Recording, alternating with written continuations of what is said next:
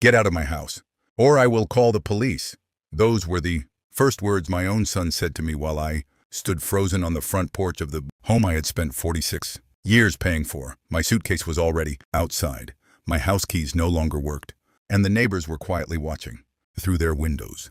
Remember asking him only one question. David, is this really how you are going to treat your father? He looked at me without a single tear and replied, You are old, you forget everything. This house belongs to me. Now, at that moment, I felt my entire world collapse. But if you think this story is about an old man who lost everything, you are wrong, because the one thing my son did not know was that I had spent years preparing for the day someone might betray me. My name is John Carter. I am 72 years old, and until that morning, I believed my son would one day protect everything I had built. Instead, he secretly convinced everyone I was becoming forgetful. He smiled in front of me while telling relatives, my lawyer, and even close friends that I could no longer manage my own affairs. Little by little, he made people question my memory, and I never imagined he was doing it for one reason only: to steal everything I owned. He placed several legal papers in front of me one afternoon and called them routine documents. Because I trusted my own son, I signed them without realizing he had hidden something that would change my life forever. By the time I discovered the truth, my home, my investments, and almost everything I had worked for legally belonged to him. Or at least, that was what he believed. What David never knew was that years earlier, I had created a secret 90 million trust with one condition: that would destroy every plan he had made. And the moment he threw me out of my own house, he unknowingly triggered it. I spent that first night sitting alone on a wooden bench outside a 24-hour diner with nothing but one suitcase and the family photograph I had grabbed before my son locked the door. The cold air did not bother me nearly as much as the silence. I kept asking myself the same question over and over: where had I failed as a father? David was not raised to lie. He was not raised to steal. Taught him that a man's name was worth more than any fortune. Yet somehow my own son had become the very person I spent my life warning him about. Just before sunrise, my phone rang. It was my daughter-in-law, Emily. John, I am so sorry, she whispered. I tried to stop him, but he would not listen. He says you signed everything. Willingly, I closed my eyes, because I finally understood what had happened. The papers I believed were routine documents had transferred ownership of my house, my company shares, and several investment properties. I quietly asked, Did David tell you why he did this? There was a long silence before she answered. He believes you were going to leave everything to charity instead of him. I almost laughed through my tears, because he had spent months destroying our family over a lie. He never once asked me the truth after the call. I checked into a small motel using the emergency cash I always carried. Then I unlocked a private safety deposit app on my phone and read a document I had not opened in almost 8 years. It was the original agreement for my confidential $90 million trust. As I read the first page, I felt something I had not felt since being thrown out of my own home. Hope buried inside that trust was a clause written by my attorney after my late wife insisted on it. It clearly stated that any beneficiary who obtained my assets through fraud, forgery, coercion, or elder financial abuse would immediately lose every right to the trust forever. I slowly smiled for the first time since David betrayed me. He believed he had stolen everything, but in reality, he had already disqualified himself from inheriting the only fortune that truly mattered. I picked up my phone and called the one person who knew every secret inside that trust. My attorney answered on the second ring, and the first words he said made me realize this battle was only beginning. John, I have been waiting for your call. I drove straight to my attorney's office before the sun had fully risen. He had been my lawyer for more than 30 years, and he was one of the few people who knew every detail of my financial affairs.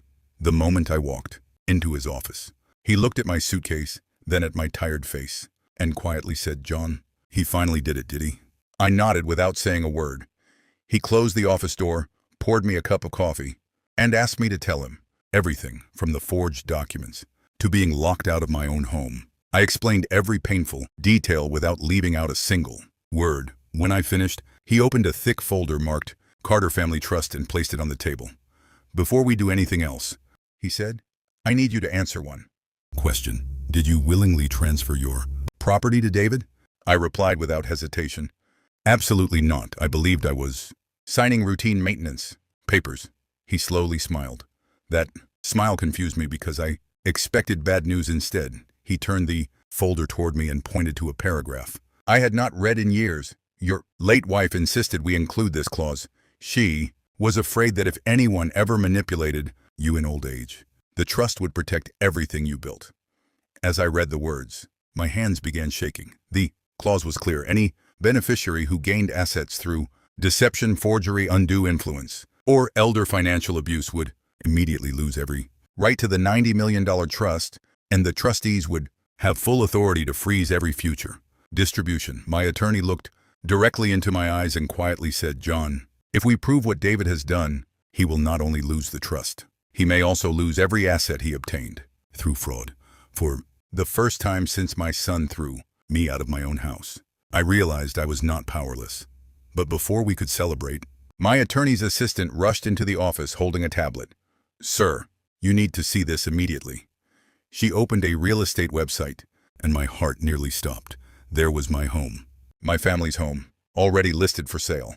That meant David was not satisfied with stealing it. He was planning to sell it before I could fight back. The moment I saw the asking price for my own house, I knew I had even less time than I thought. My attorney immediately picked up the phone and called the court to request an emergency injunction. Before the sale could be completed, every passing minute mattered. If David sold the house to an innocent buyer, the legal battle would become far more complicated. While he spoke with the judge's clerk, I kept staring at the online listing. There were photographs of my living room, my late wife's garden, and even the old oak tree, where David and I built his first treehouse when he was 9 years old. He had turned a lifetime of memories into a real estate advertisement. The description beneath the photos made my heart sink even further. Beautiful executive home, ready for immediate sale. Not one word mentioned the man who had spent 46 years paying for it. Not one word mentioned the family that had lived there. My attorney ended the call and looked at me. The hearing is tomorrow morning. Until then, we can only hope the property does not sell. Before I could answer, my phone vibrated. It was a message from David. Dad, you should stop fighting. This is my house now. Move on with your life. I read the message twice. My hands trembled, but I refused to reply. My attorney quietly said, do not answer him. Angry messages only help people like David. A few minutes later, my private investigator arrived carrying a thick envelope. Mr. Carter, I think you need to know this before tomorrow's hearing. Inside were bank records, phone logs, and copies of emails. They revealed that David had been meeting with the same financial advisor for almost 7 months, long before he ever asked me to sign those so-called routine documents. This was never a sudden mistake. It was a carefully planned operation. Every visit, every conversation, and every document had been leading to the day he threw me out of my own home. Then the investigator handed me one final photograph. My heart nearly stopped. It showed David shaking hands with the notary who had witnessed my signature on the transfer papers. The timestamp on the photo was taken 3 days before I supposedly signed the documents. That meant they had been working together before I even saw the paperwork. Attorney slowly smiled. For the first time that day, John, this changes everything. If that notary knowingly helped commit fraud, the entire transfer could be declared invalid. Just as hope began returning, my investigator's phone rang. He answered. His face suddenly turned pale, and he slowly looked at me. Mr. Carter, your son has just accepted an offer on the house. The deal was moving faster than any of us expected, and we had less than 24 hours to stop it before I lost my home forever. The next morning, I walked into the courthouse wearing the same suit I had worn to my wife's funeral. I never imagined I would wear it again for another day that would change my life forever. David was already there with his expensive lawyer. He did not even look at me. Instead, he laughed quietly with the real estate agent who had listed my home for sale. As I passed him, I stopped for only a second and calmly said, there is still time to tell the truth. Looked at me with complete confidence and replied, the truth is simple, Dad. You gave me everything because you knew you could not manage it anymore. Those words hurt more than I expected because they were built on lies. The hearing began, and David's attorney confidently presented the signed property transfer documents. He argued that I had willingly handed over my assets because of my age and declining memory. Then my attorney stood up. He did not raise his voice. He simply placed one photograph on the judge's desk. It was the picture of David shaking hands with the notary 3 days before I supposedly signed the documents. The courtroom became completely silent. My attorney then presented the bank records, the phone logs, and the emails showing months of planning. The judge slowly adjusted his glasses and asked the notary one question. Can you explain why you met with Mr. Carter's son before witnessing these signatures? The notary's face immediately turned pale. He tried to answer, but his words no longer made sense. Suddenly interrupted and claimed it was only a coincidence. But the judge was not convinced. He ordered a short recess. While the evidence was reviewed, as everyone left the courtroom, my attorney quietly whispered, "John, we have just cracked their entire story. For the first time since I was thrown out of my own home, I believe justice might actually be possible." But just as we were about to return to the courtroom, my private investigator rushed down the hallway holding his phone.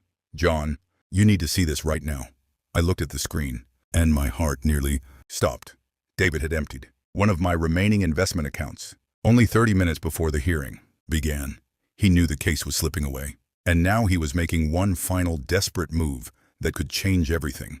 David had always believed he was the smartest person in every room. That morning, he proved how wrong he was. My attorney immediately filed an emergency request to freeze every account connected to the fraudulent transfers. But before the judge could sign the order, my investigator discovered that nearly $5 million had already been wired to a newly created company called Silver Oak Holdings. I had never heard that name before. My investigator quickly searched the company records and quietly said, "Mr. Carter, this business was created only 11 days ago." 11 days. That meant David had already planned where my money would go before he ever asked me to sign those so-called routine documents. He had not acted out of anger. He had acted with calculation. The judge returned to the courtroom and announced that the sale of my house was temporarily suspended until the fraud investigation was complete. I felt a small wave of relief, but it lasted only a few seconds. As we walked outside, the investigator received another update. He looked at me with concern.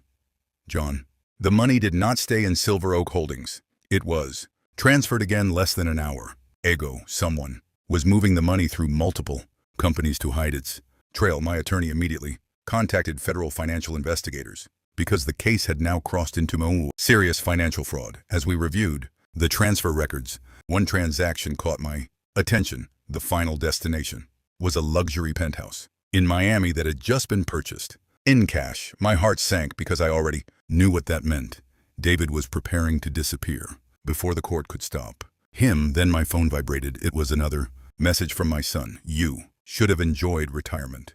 Dad, now you will lose everything." Trying to stop me, I stared at the screen for several seconds before deleting the message without replying. I refused to let anger control me anymore. My attorney smiled and quietly said, "That message may become the biggest mistake he has made. Yet, it shows he knows exactly what he is doing." Just as we began organizing the evidence, my investigator's phone rang again. He answered, then slowly looked at me with disbelief. "John, airport security has just confirmed that David booked an international flight for tomorrow morning. If we did not stop him before sunrise, my son would leave the country, and he would take the truth with him." I did not sleep that night. Every time I closed my eyes, I saw David as a little boy running across our backyard with a toy airplane in his hands. Now he was preparing to board a real plane and leave the country with the life he had stolen from me before sunrise. My attorney, my investigator, and I drove straight to the airport. We knew we could not stop him without a court order, but we hoped we could delay him long enough for the judge to sign the emergency warrant. As we entered the terminal, my investigator pointed toward the international departures area. There was David, wearing sunglasses and carrying only one expensive leather bag. He looked calm, as if he had already won. I took one step toward him, but my attorney gently stopped me. "Not yet," he whispered. "One mistake could ruin everything." Just then, my phone rang. It was the judge's clerk. "Mr. Carter, the emergency freeze order has been approved. All financial institutions are being notified immediately." For the first time in weeks, I felt hope returning. But before we could celebrate, My investigator looked at his laptop and quietly said, "We have another problem." Although David's accounts were now frozen, the records showed that someone had withdrawn nearly $2 million in cash only 30 minutes earlier. That money was nowhere in the banking system anymore.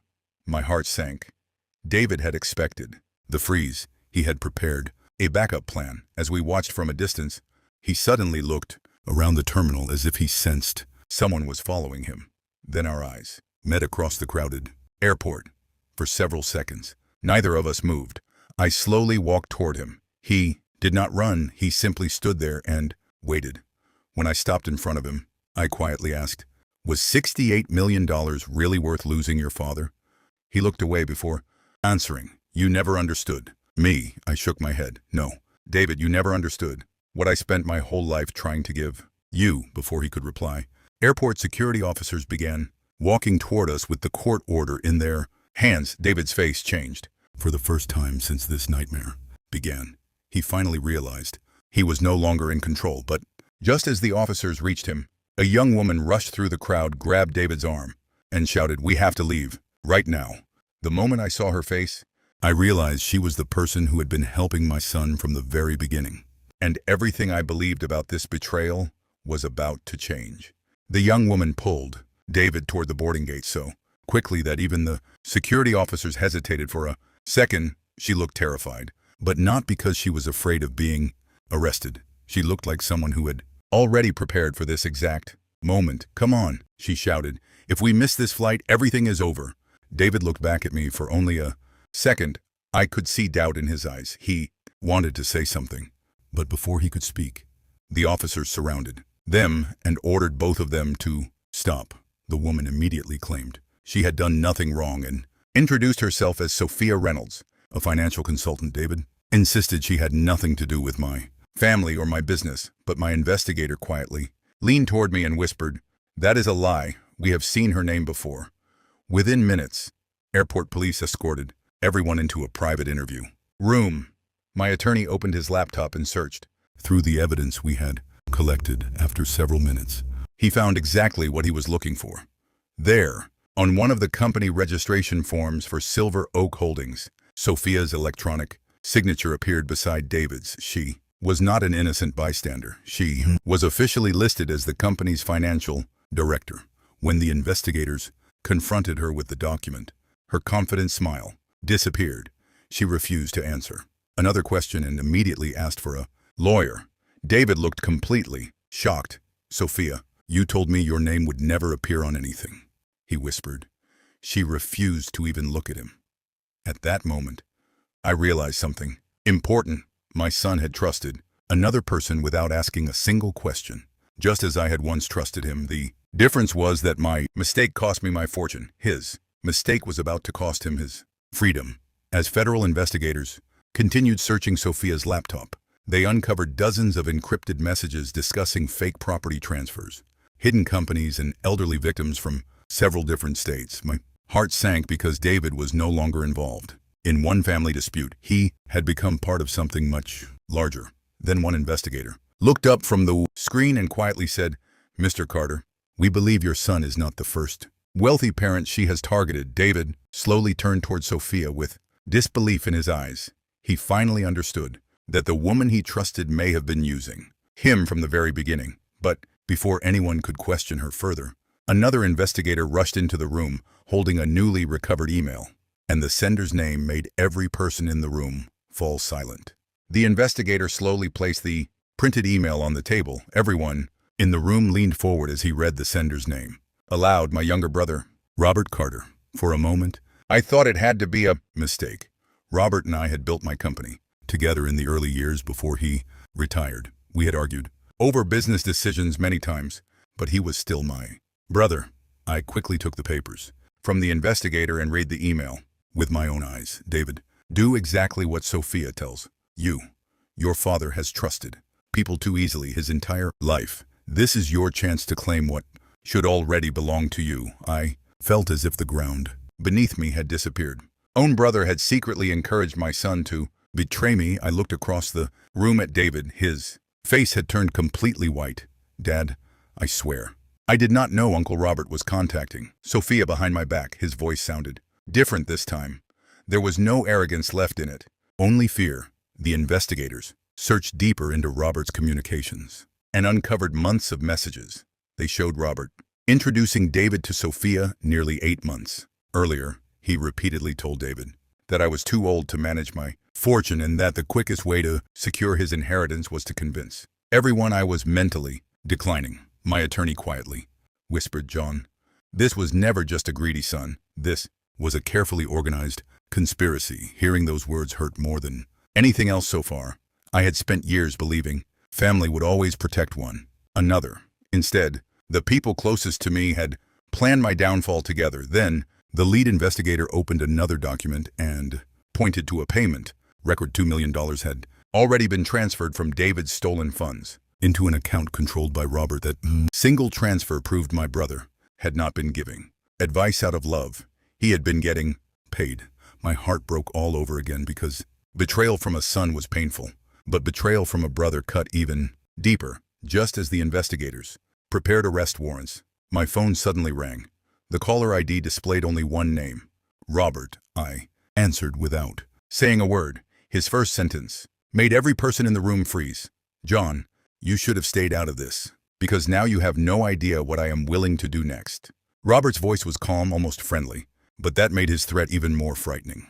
"John, you always believed honesty was enough to protect your fortune," he said. "You never understood how the real world works." I tightened my grip on the phone but refused to let him hear my anger. "Why?" I quietly asked. "Why would you do this to your own brother?" For several seconds there was only silence. Then he laughed. "Because that company should have been mine as much as yours. You built an empire while I stood in your shadow for 40 years. Now it is my turn." The call ended before I could say another word. The investigators immediately began tracing his location, but Robert had used a disposable phone. It had already gone offline. My attorney looked at me with concern. "John, this is no longer only about recovering your property. We are dealing with people who have spent months planning every move." As we left the airport, the lead investigator received another report. Federal agents had searched Robert's office only an hour earlier. They found shredded financial records, burned hard drives, and an empty safe. It looked as though he had expected the investigation to reach him sooner or later.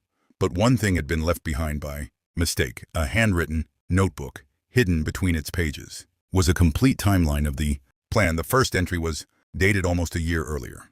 "Convince David his father no longer trusts him." The second read, "Introduce Sophia." The third was even more painful. "Create evidence that John is becoming forgetful." Every page proved this betrayal had been carefully designed, long before I ever signed those fake documents. David sat quietly across the room, reading the notebook. His hands began shaking as he reached the final page. He slowly looked at me with tears in his eyes. "Dad, I thought Uncle Robert was helping me. I never knew he was using me." Too, I wanted to believe him, but trust is not rebuilt in a single conversation. My attorney then received another urgent message. The forensic accountants had discovered one final hidden account connected to Robert. The balance was nearly $18 million, all transferred from the money David had stolen. If Robert managed to disappear with that account, we might never recover it. Then the investigators' radio suddenly came alive. "All units be advised. Robert Carter has just crossed the state line in a black SUV." I looked toward the highway through the airport window and realized this story was no longer about courtrooms or paperwork. It had become a race to stop my own brother before he vanished with millions forever. The moment I heard Robert had crossed the state line, I knew sitting in an office would not stop him. I turned to the lead investigator and said, "I am coming with you." He immediately refused. "John, you are the victim in this case, not a police officer." I looked him straight in the eyes. "That man is not only a suspect, he is my brother. I need to hear the truth from him before this is over." After a brief discussion, they agreed to let me travel with the investigation team as long as I stayed away from any confrontation. We drove for nearly 4 hours, following every lead Robert left behind. He had abandoned his credit cards, turned off his phone, and switched vehicles twice. It was obvious he had planned his escape months in advance. Late that evening, We stopped at a small roadside motel where surveillance cameras had captured Robert only 2 hours earlier. As investigators reviewed the footage, my heart skipped a beat. Robert was not alone. He was meeting with two strangers carrying black briefcases. One investigator zoomed in on the video and quietly said, "Those are not ordinary businessmen. They are known money launderers." I could hardly believe what I was hearing. Own brother had become involved with organized financial criminals just to steal from his family. Then, another officer discovered something even more disturbing.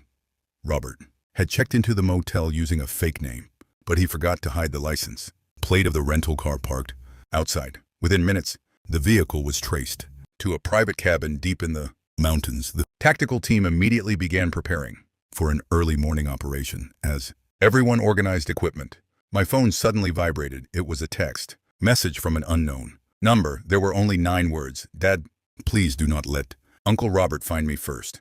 It was David. I immediately called the number, but it was already switched off. I showed the message to the investigators, and they quickly traced its last known location. Was less than 20 miles from Robert's cabin. That meant my son was no longer running with my brother. He was hiding from him. As we drove through the dark mountain roads before sunrise, I realized the betrayal had reached its final stage. Was no longer searching for the fortune I had lost. I was racing to save the son who had destroyed my life before my own brother found him first. Before sunrise, the investigation team surrounded the mountain cabin without making a sound. The air was freezing, and the only light came from the headlights we had switched off several hundred yards away. An officer quietly whispered, "Nobody moves until we know who is inside." Stayed behind the police vehicles, exactly as I had promised, but my eyes never left the cabin. After several tense minutes, a detective using binoculars suddenly said, "Movement in the upstairs window." Everyone froze. Then, the front door slowly opened. My heart started pounding because the first person to step outside was not Robert. It was David. His clothes were dirty, his face was bruised, and he looked as though he had not slept in days. He kept looking over his shoulder as if he expected someone to follow him. Before any officer could call his name, a loud crash came from inside the cabin. David turned around in panic, and Robert stormed out carrying a black duffel bag. "You should have listened to me," he shouted. "Now you have ruined everything." David backed away and yelled, "I am done running. I am not stealing from my father anymore." Those words echoed through the mountains. The tactical team immediately ordered Robert to drop the bag, but instead of surrendering, he threw it into the back of a waiting SUV and tried to escape. One officer blocked the vehicle while another chased him on foot. In the middle of the chaos, I noticed David collapse onto the ground. He looked completely exhausted. Ran toward him before anyone could stop me. He looked up with tears in his eyes and whispered, "Dad, I never wanted this to go this far. I thought Uncle Robert only wanted to protect my inheritance." I helped him sit up but said nothing. Sometimes silence carries more weight than words. Just then, the investigators opened the duffel bag Robert had abandoned.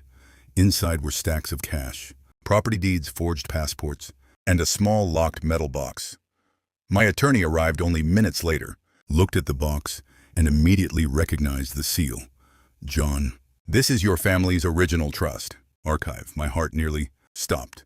That archive contained documents nobody outside my legal team was ever supposed to see. If Robert had managed to destroy those records, it could have changed everything. Then, one investigator forced the box open and pulled out a single envelope, marked in my late wife's handwriting. As soon as I saw her name, I realized she had left behind one final secret, and it was about to change everything I believed about my family's future.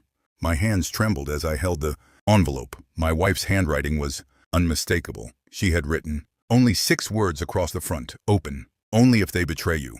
For several seconds, I could not move. She had passed away almost 9 years earlier, yet somehow she had prepared for the very moment our family fell apart. I slowly broke the seal. Inside was a handwritten letter and a second document signed by both of us. Years before she died. "My dearest John," the letter began, "if you are reading this, it means the family we worked so hard to protect has been tested in a way neither of us ever wanted.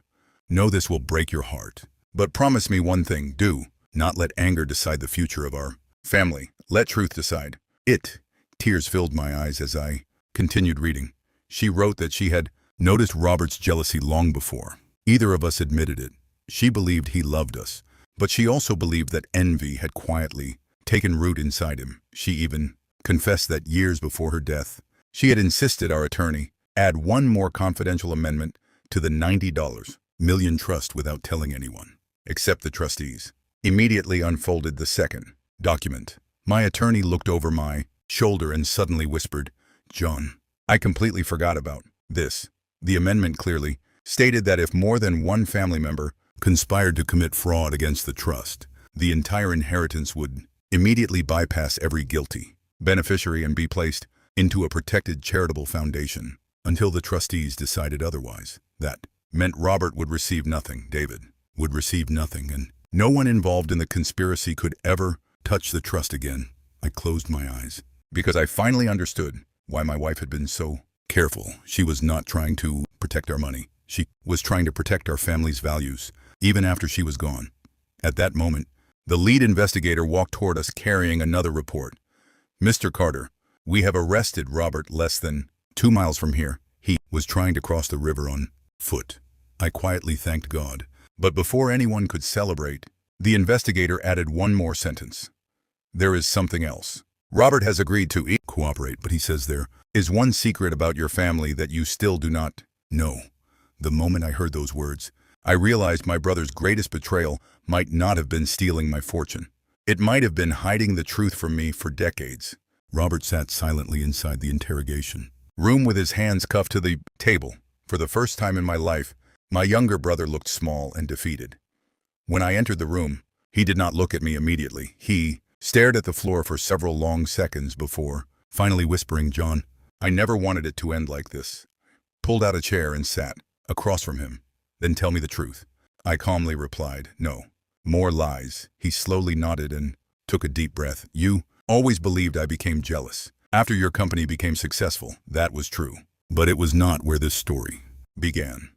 He looked directly into my eyes and said something that made my heart stop. "Our father left 2 wills, not one." For a moment, I thought I had misunderstood him. Robert explained that after our father's death, he secretly discovered an earlier will that divided everything equally between us, but before anyone else saw it, he destroyed it because he believed I had already been given more love, more respect, and more opportunities throughout our lives. He convinced himself that stealing from me years later would simply balance the scales. I stared at him in complete disbelief. Own brother had carried resentment for more than 40 years, without ever speaking a single honest word. Then he pushed a small envelope across the table. "This is the only copy I could never bring myself to destroy." Inside was a faded photograph of our father standing beside both of us as young men.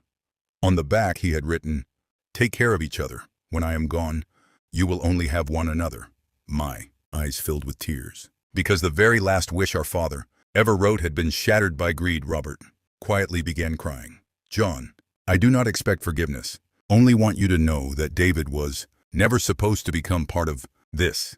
I filled his mind with lies because I wanted revenge against you, not against him. Before I could answer, the interrogation room door suddenly opened. The lead investigator walked in carrying another file. "Mr. Carter, we have just finished examining Robert's computer." He placed a document on the table and quietly said, "There is one final person involved in this conspiracy, and none of us expected to see this name." I looked down at the file, and the moment I read the first line, I realized this nightmare was still far from over. The investigator slowly turned the file toward me. I expected to see the name of another lawyer, another accountant, or another business partner. Instead, I saw the name of someone I had trusted for more than 20 years, my personal banker, Charles Bennett. For several seconds, I could not speak.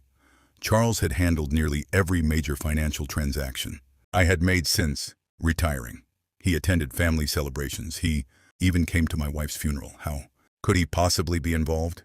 The investigator quietly explained, "Mr. Carter, we recovered hundreds of encrypted emails from Robert's computer. Charles was giving him confidential information about your accounts, your investments, and even the structure of your private trust. He never had access to the trust itself, but he knew enough to help Robert build this entire plan." My stomach turned. I realized the conspiracy had been much larger than I ever imagined. It was never just a greedy son and a jealous brother. There had been someone on the inside feeding them information for years. Then the investigator opened another folder containing surveillance photographs. One picture showed Robert and Charles meeting inside a private restaurant almost 6 months before David asked me to sign those so-called routine documents. Another photograph showed Charles handing Robert a sealed envelope that investigators believed contained copies of my financial records. My attorney looked at me and quietly said, "John, this is why they always seemed one step ahead. They knew almost every move you were going to make." At that moment, the interrogation room door opened again. 2 federal agents entered and confirmed that Charles had been arrested less than an hour earlier while attempting to destroy documents inside his bank office. When they searched his computer, they discovered secret payments totaling nearly $7 million deposited into offshore accounts under fake company names. Every payment had come from the money David unknowingly transferred after stealing my assets. Charles had betrayed his profession, my family, and every client who trusted him, all for money. I looked across the table at Robert. He lowered his head and whispered, "I never thought he would betray me." 2, he promised nobody would ever find out. I slowly stood up and walked toward the door because I no longer had anything left to ask. My family had already suffered enough. But just before I reached the hallway, one of the federal agents stopped me. "Mr. Carter, we found one final video stored on Charles's computer. It was recorded the night before your son threw you out of your own house." The moment I heard those words, I knew that video would reveal the one truth nobody had been willing to admit. And it would change David's future forever. The federal agent connected the laptop to a large monitor and pressed play for a few seconds. The screen was completely black. Then, the recording began. Immediately recognized Charles's private office. The date in the corner showed it had been recorded the night before David forced me out of my own home. Charles sat behind his desk, while David nervously paced across the room. "Are you absolutely sure this will work?" David asked. Charles calmly smiled. "Your father trusts you more than anyone. He will sign whatever you place in front of him. Once the property transfers are complete, he will have no way to undo them before the house is sold." Hearing those words felt like a knife through my heart. But then something happened that nobody in the room expected. David stopped walking and quietly asked, "What if I tell him the truth? Maybe I should ask him instead of tricking him." For several seconds, Charles stared at him without speaking. Then he leaned forward and coldly replied, "If you ask him, you will never control his fortune. You either become wealthy tomorrow, or you spend the rest of your life waiting for an inheritance that may never come." The room fell completely silent as the video continued. David lowered his head and slowly nodded. That single moment became the turning point of his life. He still had a choice, and he chose greed. The recording ended only minutes later with Charles handing David the forged documents and instructing him exactly where I should sign.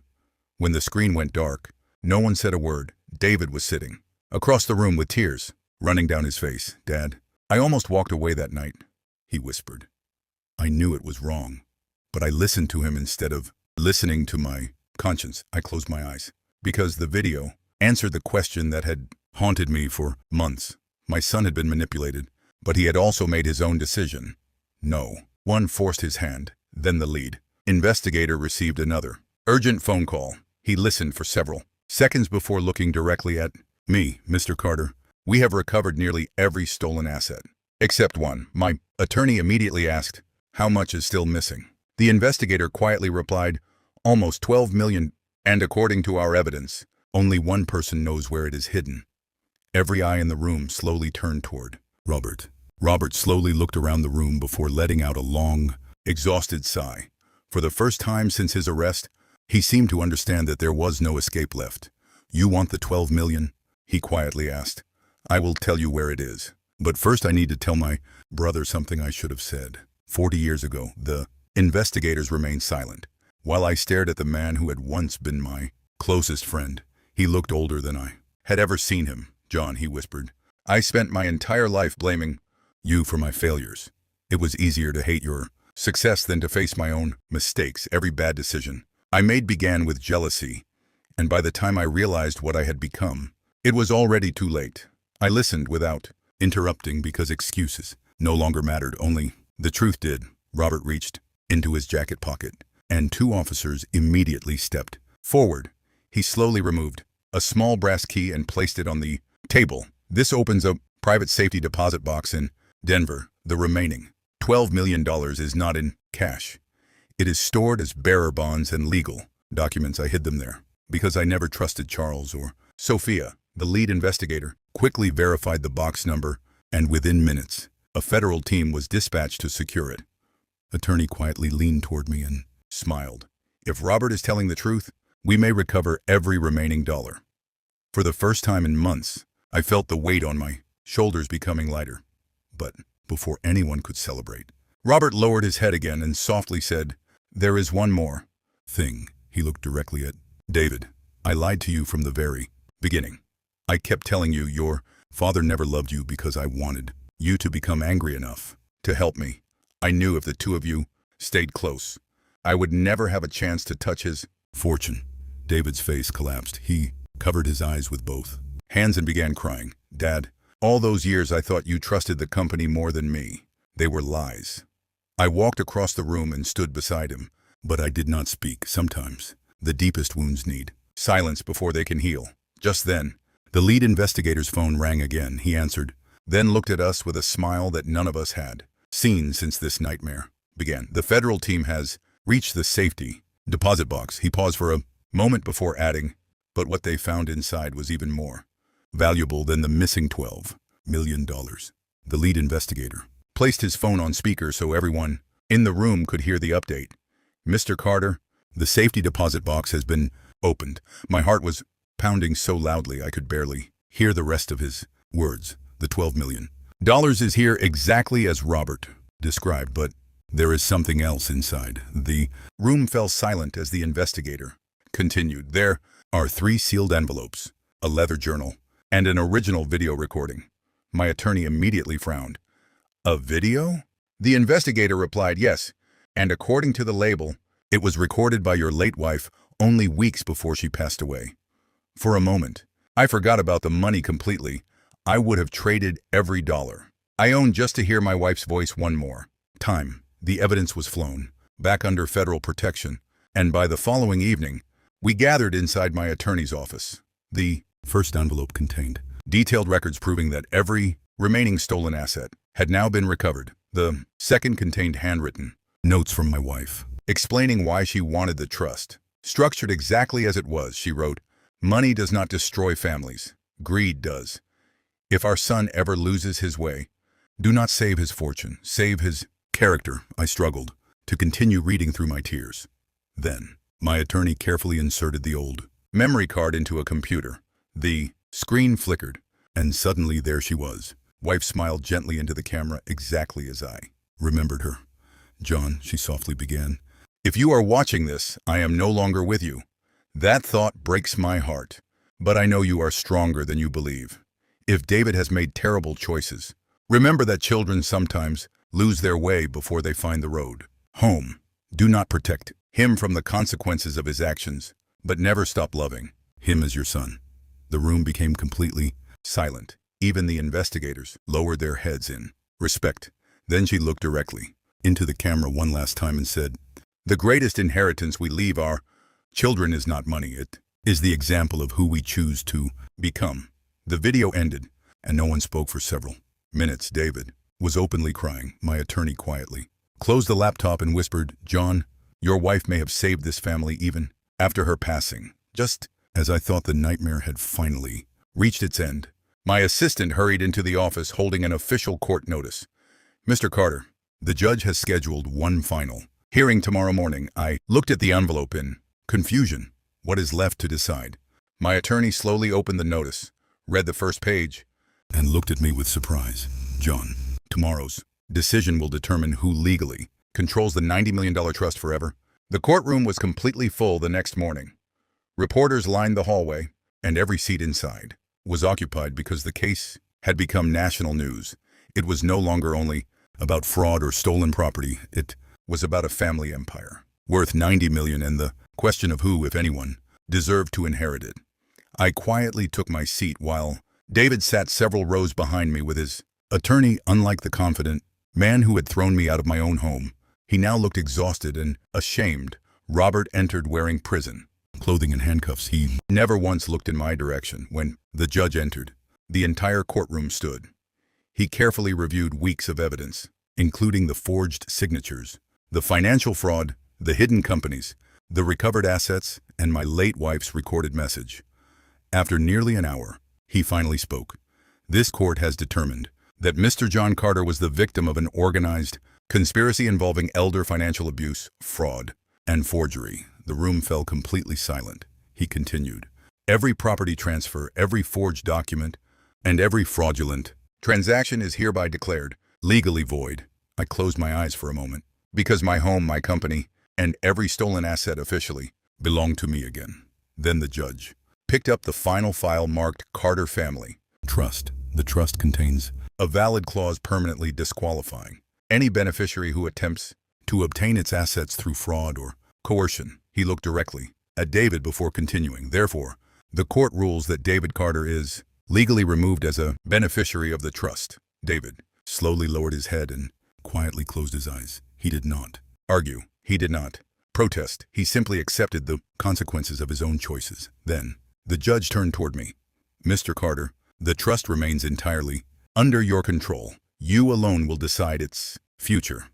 As the courtroom prepared to adjourn, my attorney leaned over and whispered, "John, you have everything back.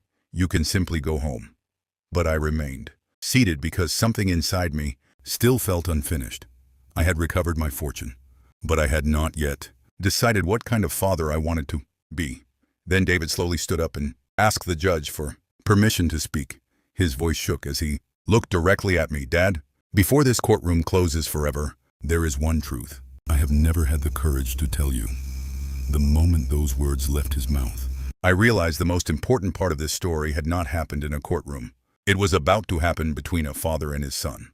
David slowly walked to the center of the courtroom. Every reporter raised a camera. Every lawyer stopped writing. For the first time since this nightmare began, my son stood before everyone with nothing left to hide. He looked at me with tears in his eyes and quietly said, "Dad, I have lied to you for months, but there is one thing I can not lie about anymore. Never stopped loving you."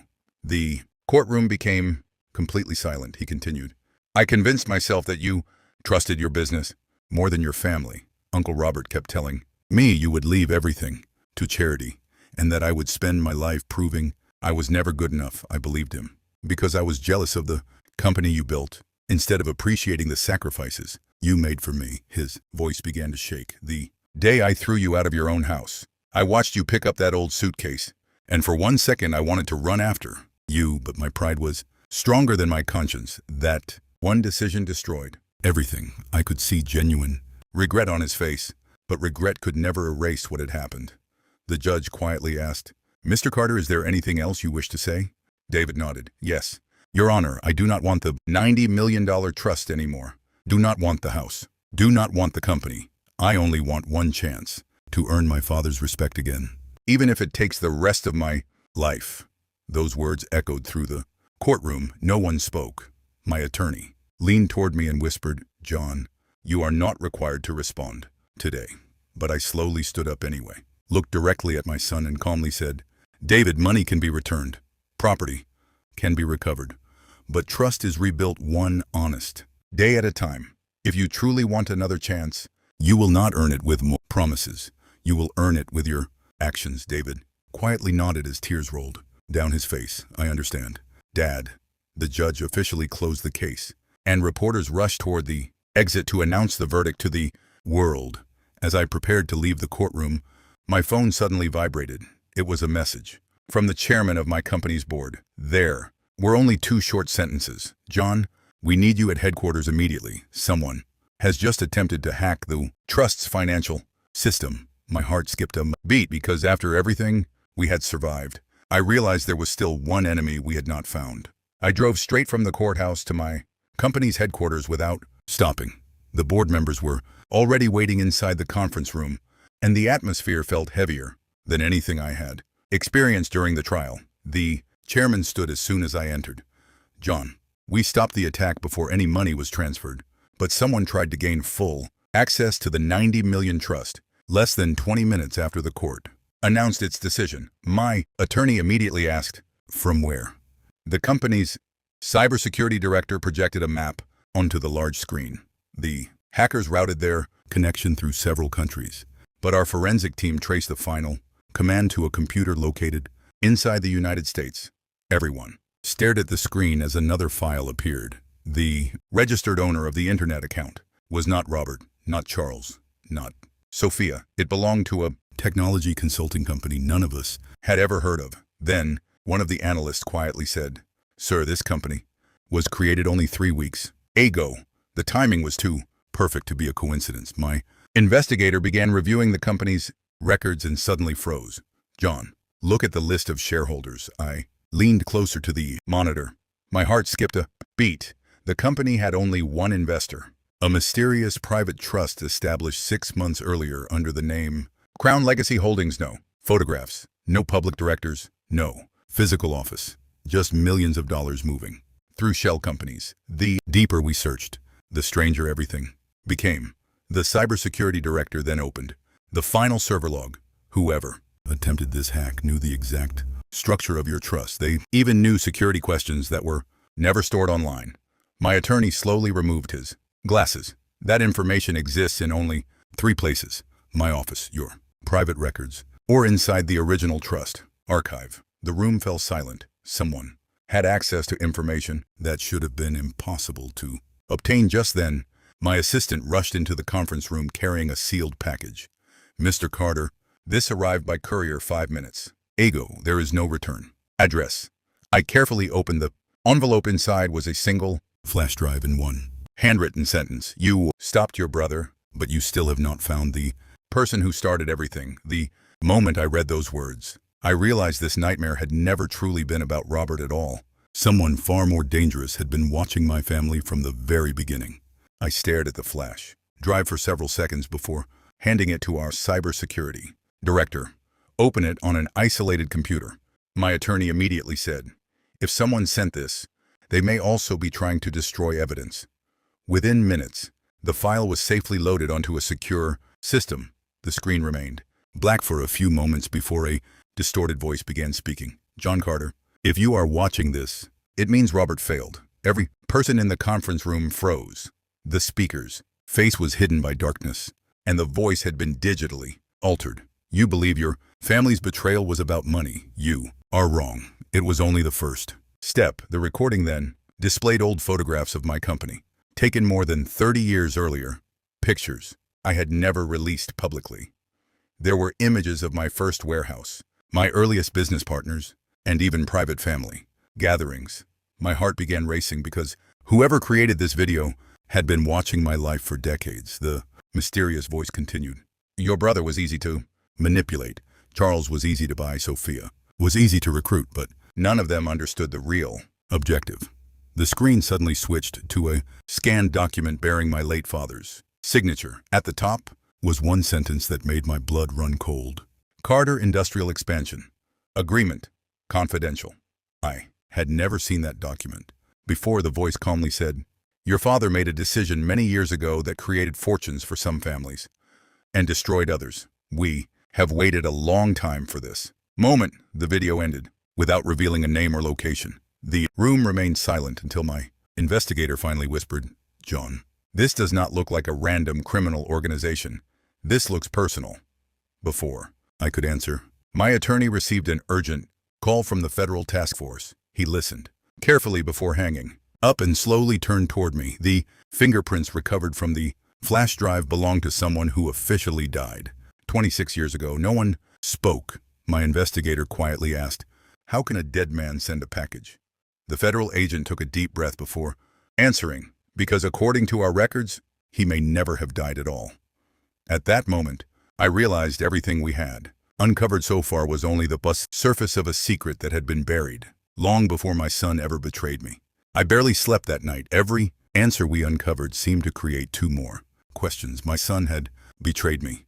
My brother had spent decades feeding his jealousy. My banker had sold my trust for money. And now we were chasing a man the government claimed had died 26 years earlier. Early the next morning, a team of federal investigators arrived at my office carrying a sealed archive box. "Mr. Carter," the lead agent said, "we reopened the cold case after matching the fingerprints from the flash drive. Inside the box were faded photographs, newspaper articles, and investigation reports. The man's name was Victor Hayes. Official records claimed he had died in a warehouse fire 26 years ago.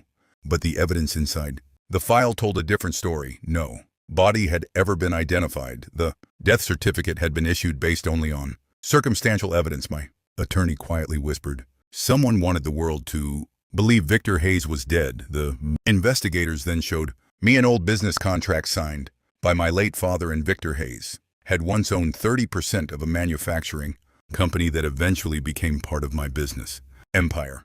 After the merger, the company collapsed, and Victor disappeared. Had never heard his name because my father never spoke about those early business years. Then the lead investigator pointed to another document. It was a handwritten letter from Victor, addressed to my father. "You stole my future. One day your family will understand what it feels like to lose everything." My heart sank. That letter had been written 32 years earlier. This revenge had not started with David. It had started with a promise made decades before I even retired. Just then, my investigator rushed into the office carrying another report. "John, we traced Crown Legacy Holdings." He spread several photographs across the table. One picture showed Sophia meeting with an older man outside a private airport. Another showed Charles shaking hands with the same man. The final image made every person in the room fall silent. The man was standing only a few feet behind Robert during a charity event 5 years earlier, yet none of us had ever noticed him before. The investigator slowly zoomed in on the man's face. Facial recognition gives us a 98% match. I looked at the screen as my heart began pounding. The result displayed only 2 words: Victor Hayes. He had not died 26 years ago. He had been standing in the shadows of my family's life all along, waiting for the perfect moment to destroy us all. Victor Hayes had a face, at last, but finding his photograph was not the same as finding the man himself. The federal task force immediately launched a nationwide search while my company tightened security around every office, every account, and every member of my family. By sunset, the lead investigator called an emergency meeting. "We have tracked Victor to a private estate outside the city," he said. "But there is something unusual about this property." Satellite images showed dozens of security cameras, electric gates, and underground storage buildings. It looked less like a home and more like a fortress. As we studied the blueprints, my attorney quietly pointed to one section of the estate.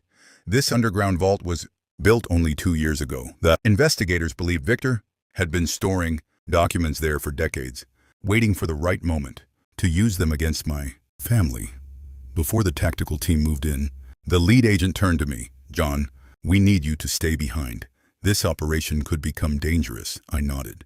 But inside, I knew this story had started with my family, and I wanted to see how it ended with my own eyes. Hours later, the raid began. Live drone footage appeared on the command center screens. Officers entered the estate without resistance. Room after room was completely empty, as though someone had abandoned the property only minutes earlier. Then one officer called over the radio, "We found the vault." Everyone watched as the heavy steel door was forced open. Inside were shelves filled with financial records, old contracts, family photographs, and dozens of files marked with my family's name. One investigator opened a locked cabinet and pulled out a leather folder. On the cover were the words, "Operation Carter." My heart nearly stopped. The file contained timelines stretching back more than 30 years. It documented my father's business deals, my marriage, my wife's illness, my retirement, and even David's college years. Victor had been studying my family almost our entire lives. Then another officer discovered a video monitor that was still switched on. The screen suddenly came to life. Victor Hayes appeared, older than the photographs, but unmistakably the same man. He calmly smiled into the camera. "John, if you are watching this, it means you finally reached my vault. But you are too late. I have already left. And the final chapter of this story will not be written in a courtroom. It will be written by the choice you make next." The screen went black. At that exact moment, the lead investigator received an urgent message through his radio. He slowly turned toward me. His expression completely changed. "Mr. Carter, Victor Hayes has just surrendered. No. One expected the man who had spent decades hiding to walk into an FBI office on his own. And what he claimed during his first interview would change everything we believed about my late father. Victor Hayes sat quietly inside the federal interview room with his hands resting on the table. He did not ask for a lawyer, did not deny anything. He simply looked at the investigators and said, "I am tired of running." When I entered the room, he slowly stood and nodded. "John Carter, we finally meet." I expected anger. Instead, I saw an old man carrying decades of regret. He pushed a thick envelope across the table. "Everything you need to know is inside." My attorney carefully opened it. There were original business contracts, private letters, and financial records dating back more than 30 years. As we reviewed them, the truth slowly became clear. My late father had not stolen. Victor's company, a dishonest accountant, had secretly forged partnership records and convinced both men that the other had betrayed him. That single lie destroyed two families for decades. Victor lowered his head. By the time I learned the truth, I had already wasted half my life chasing revenge. I could not accept that I had blamed the wrong man. So I convinced myself destroying your family would heal my pain. It never did. The room fell silent. My attorney then found one final letter written by my father, years before he died. "If you ever find Victor, tell him I never stopped trying to make things right." My eyes filled with tears because two stubborn men had lost their lives to one terrible misunderstanding. Victor slowly turned toward David. "Your father was never your enemy. Used your anger because it reminded me of my own. Do not waste your life repeating my mistake." David walked toward me with tears in his eyes. "Dad, I know I do not deserve forgiveness, but I will spend the rest of my life earning your respect." I placed my hand on his shoulder. "Trust is not rebuilt in one day, but every honest choice is a new beginning." A few weeks later, the court returned every stolen asset to me. The 90 million trust remained protected exactly as my wife had planned. Robert, Charles, and Sophia accepted the consequences of their crimes. Victor pleaded guilty and finally admitted the truth publicly. Did not restore David as a beneficiary of the trust, but I gave him the opportunity to rebuild his life through honest work. Today, I still live in the same home my son once forced me to leave, and every morning I remember one lesson that money could never teach me. Wealth can be stolen, houses can be taken, businesses can be rebuilt, but integrity belongs only to the person who refuses to sell it. That is the greatest inheritance I will ever leave behind. The story did not end when the court case ended. In many ways, it was only the beginning. 6 months passed before David knocked on my front door. Again, he was not wearing an expensive suit. He was wearing old work clothes, and there was no luxury car waiting. Outside, he quietly stood on the porch and said, "Dad, I am not here to ask for money. Came to return something." He handed me a small wooden box. Inside was the old wristwatch I had given him on his 18th birthday. I remembered the day I placed it on his wrist and told him, "A good man's time is more valuable than his money." David looked at the ground. "I sold almost everything I owned to repay the people I hurt, but I could never sell this. I did not deserve to keep it anymore." I picked up the watch and smiled. Sadly, "No, David, you do deserve to keep it, but only if you remember what it represents." I placed it back into his hands. He looked at me in disbelief. That moment was worth more than every dollar I had recovered. Later that afternoon, we sat together in the garden. My late wife had loved. There was an awkward silence until David quietly asked, "Did Mom ever believe I could become a better man?" Without saying a word, I walked inside and returned with the final letter she had written for him. Read every page slowly. Tears rolled down his face as he reached the last sentence. "Your greatest mistake will never define you if you have the courage to become someone better tomorrow." He folded the letter carefully and whispered, "I will spend the rest of my life proving she was right." Over the following year, David volunteered at the charitable foundation created in my parents' names. He met elderly victims of financial fraud, listened to their stories, and helped them rebuild their lives. He never asked for control of my company. He never mentioned the trust again. I simply worked quietly, one honest day at a time. As I watched him change, I finally understood something my wife had always known: punishment can stop a crime, but only character can change a person. And that is how my story truly ended, not with Revenge, not with a fortune, but with a second chance that had to be earned instead of inherited. 5 years have passed since the day my son threw me out of my own home. Today, when I wake up each morning, I no longer think about the money that was stolen. I think about the lessons that were earned. My company is stronger than ever, but success means something different to me now. The first thing I did after rebuilding my life was create free financial protection workshops for senior citizens. Across the country, we taught older families how to recognize fraud, forged documents, and financial manipulation before it was too late. Hundreds of people told me our story had saved them from making the same mistake I made. That alone made every painful day worth enduring. David never asked to inherit the company again. Instead, he started at the bottom of the charitable foundation, working alongside volunteers who knew nothing about his past. He never complained. He simply showed up every morning and earned respect, one honest decision at a time. One afternoon, I quietly watched him, helping an elderly man recover money stolen through an online scam. The gratitude on that man's face reminded me of something my wife always believed. Real wealth is measured by the lives you improve, not the dollars you collect. Before she passed away, my wife planted a small oak tree in our backyard. She once told me, "Strong trees survive storms because their roots grow deeper during difficult seasons." Today, that tree stands taller than the house itself. Whenever I look at it, I remember that our family survived because we finally chose truth over pride. Robert completed his sentence and wrote me several letters asking for forgiveness. I answered only one. I told him I had forgiven him long ago, but trust would always take longer to heal. Victor Hayes spent the rest of his life helping investigators expose financial crimes committed against other families. He could never erase his mistakes, but he made sure fewer people suffered because of them. As for me, I still wear the same old watch every day. It reminds me that time is life's greatest treasure. Once it is wasted, no fortune can ever buy it back. If you have listened to my story until this moment, let me leave you with one final thought. Do not wait until betrayal teaches you the value of honesty. Do not wait until loss teaches you the value of family. And never believe that wealth alone makes a person rich, because in the end, the greatest inheritance any parent can leave behind is not money, it is character.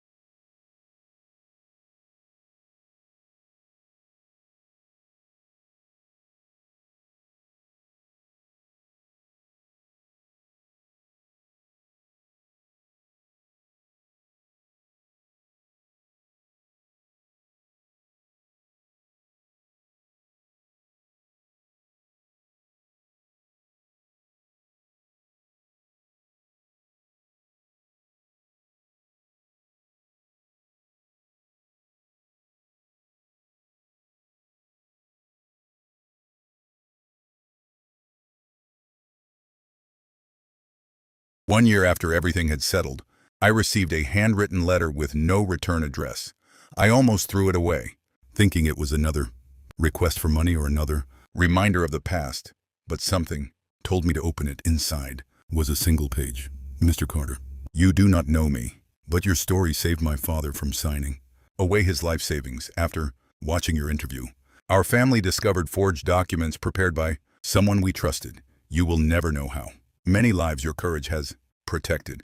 I read the letter 3 times before quietly, folding it and placing it inside my desk. That was the moment I finally realized my pain had become someone else's protection. Later that evening, David walked into my office carrying 2 cups of coffee. He smiled and asked, "Dad, do you ever miss the old days before all of this happened?" I looked around the room for a moment before answering, "No. Miss your mother every single day, but I do not miss the man I used to be. Trusted people without asking questions. Now, I trust people after watching their actions." David slowly nodded, because he understood exactly what I meant before leaving. He placed another envelope on my desk. "This is my first annual report from the foundation," he said. "We helped more than 2,000 elderly people recover from financial scams this year. I wanted you to see what your decision created." I opened the report, and my eyes filled with tears, not because of the numbers, but because every page represented another family that would never experience the heartbreak we endured. Late wife's photograph still hangs above my fireplace. Every morning before I leave the house, I pause for a few seconds and quietly thank her. Her wisdom protected our family. Long after she was gone, as I locked my front door that evening, I looked back at the home I almost lost forever and smiled. Life had given me betrayal, loss, and heartbreak, but it had also given me something far greater. The chance to prove that even after the deepest wounds, the human heart can still choose honesty, forgiveness, and hope. That choice became the greatest victory of my entire life. 10 years have passed since the day I walked out of my own home carrying nothing but a small suitcase. Today, I still wake up before sunrise. Out of habit, I make a cup of coffee, walk into the garden my wife loved, and sit beneath the oak tree we planted together. What once reminded me of loss now reminds me of survival. My company continues to grow under a leadership team chosen for their integrity. Instead of their ambition, no longer measure success by balance sheets or headlines. Measure it by the people I can trust. David now leads the foundation's financial protection program. He never inherited my fortune, but he earned something far more valuable: my confidence. One afternoon, I quietly watched him speak to a room full of retired couples. He held up a forged document and said, "The biggest mistake my father ever made was believing that love alone could replace verification. Please check every paper before you sign it." As I listened from the back of the room, I realized he was no longer hiding from his past. He was using it to protect others. After the seminar ended, an elderly woman walked up to him with tears in her eyes and said, "Because of your family's story, I refuse to sign papers that would have taken away my house. You saved my life." David did not answer. Immediately, he simply smiled and thanked her. When he later told me what had happened, I placed my hand on his shoulder and quietly said, "Your mother would have been proud of the man you are becoming." That evening, we returned home together. The sunset filled the backyard with golden light, and for the first time in many years, the house felt completely peaceful. Looked at my family gathered around the dinner table and understood something I had spent a lifetime learning. A fortune can build a beautiful house, but only honesty can build a lasting home. If my journey leaves behind any legacy, I hope it is not the story of a man who recovered millions of dollars. I hope it is remembered as the story of a father, a son, and a broken family who discovered that forgiveness is never given in a single moment. It is earned through countless honest choices, made one day at a time, and that is the only inheritance truly worth leaving behind. One quiet Sunday morning, I unlocked the old wooden chest that had remained untouched in my attic for years. I had promised myself I would open it only when I was finally at peace. Inside were family photographs, my wife's favorite scarf, my father's handwritten notes, and dozens of memories that money could never replace. As I carefully turned each page of an old photo album, I realized something unexpected. None of the happiest pictures had been taken during business, victories, or expensive vacations. They showed simple moments: family dinners, birthday cakes, laughter in the backyard, and my son sitting on my shoulders. When he was only 5 years old, I smiled sadly, because those were the memories worth protecting, not the millions that nearly destroyed us. That afternoon, my grandchildren came running through the house, asking if I would tell them another story about their grandmother. Gathered them around the fireplace and told them how kind, smart, and courageous she had been. I told them she believed honesty was the strongest foundation any family could build. When I finished, my oldest grandson quietly asked, "Grandpa, were you ever angry at Dad forever?" I looked across the room at David. He heard the question too. Our eyes met, and we both smiled. I gently shook my head. "No, being angry forever only gives yesterday the power to steal tomorrow." David lowered his head for a moment before walking over and sitting beside me. Without saying a word, he placed his arm around my shoulder. That simple gesture meant more to me than any apology ever could. Later that evening, after everyone had gone home, I stood alone in the backyard beneath the old oak tree. The wind gently moved through its branches, And I remembered the promise I had made to my wife years ago. I whispered, "We made it. Our family survived." For the first time in a very long while, I felt no bitterness, no regret, no fear, only gratitude, because life had taught me that even when betrayal breaks your heart, it does not have to define your future. The greatest victories are not won in courtrooms or boardrooms. They are won inside the human heart. When you choose forgiveness over hatred, wisdom over pride, and hope over despair. That was the real ending to my story, and the greatest legacy I could ever leave for the generations that come after me. The following spring, I received an invitation that I never expected. It came from a small community center where elderly people gathered every week to learn about protecting themselves from financial scams. They wanted me to share my story. At first, I almost declined. Had spent years trying to move on from the worst chapter of my life. But David quietly smiled and said, "Dad, if your story helps even one family avoid what happened to us, it is worth telling." When I stepped onto the stage, I looked across the room and saw hundreds of faces filled with curiosity and hope. I did not begin by talking about the 90 million trust or the fortune that was almost stolen. Began with one simple sentence. Biggest mistake I ever made was believing that the people I loved would never ask me to question them. The room became completely silent as I shared every lesson I had learned. People nodded because many of them had experienced similar betrayals.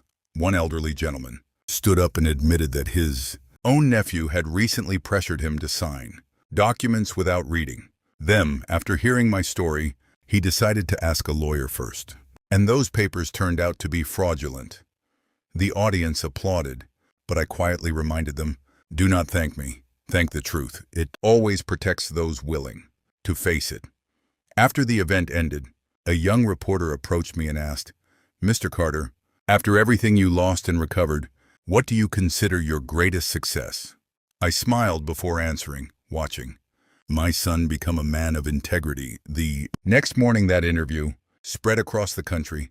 Hundreds of families wrote letters describing how they had started difficult but honest conversations with their parents because of our story. That was the moment I finally understood that pain shared with wisdom can become hope for someone else. As I returned home that evening, David was waiting on the porch. He held up another stack of letters and laughed. "Looks like you are going to be busy for a while, Dad." I looked at the sunset behind our home and quietly smiled because I finally realized my greatest inheritance was never the fortune I built. It was the opportunity to turn my family's hardest lesson into someone else's second chance. Many people believe every story ends when the problem is solved. Mine did not. It continued every time. Someone knocked on my door asking for advice one afternoon. A young businessman visited my office. He had just inherited his father's company and quietly admitted, "I am afraid of making the same mistakes your family made." I invited him to sit down and pointed toward the old family photograph hanging on my wall. "Do you know what almost destroyed us?" I asked. He guessed money.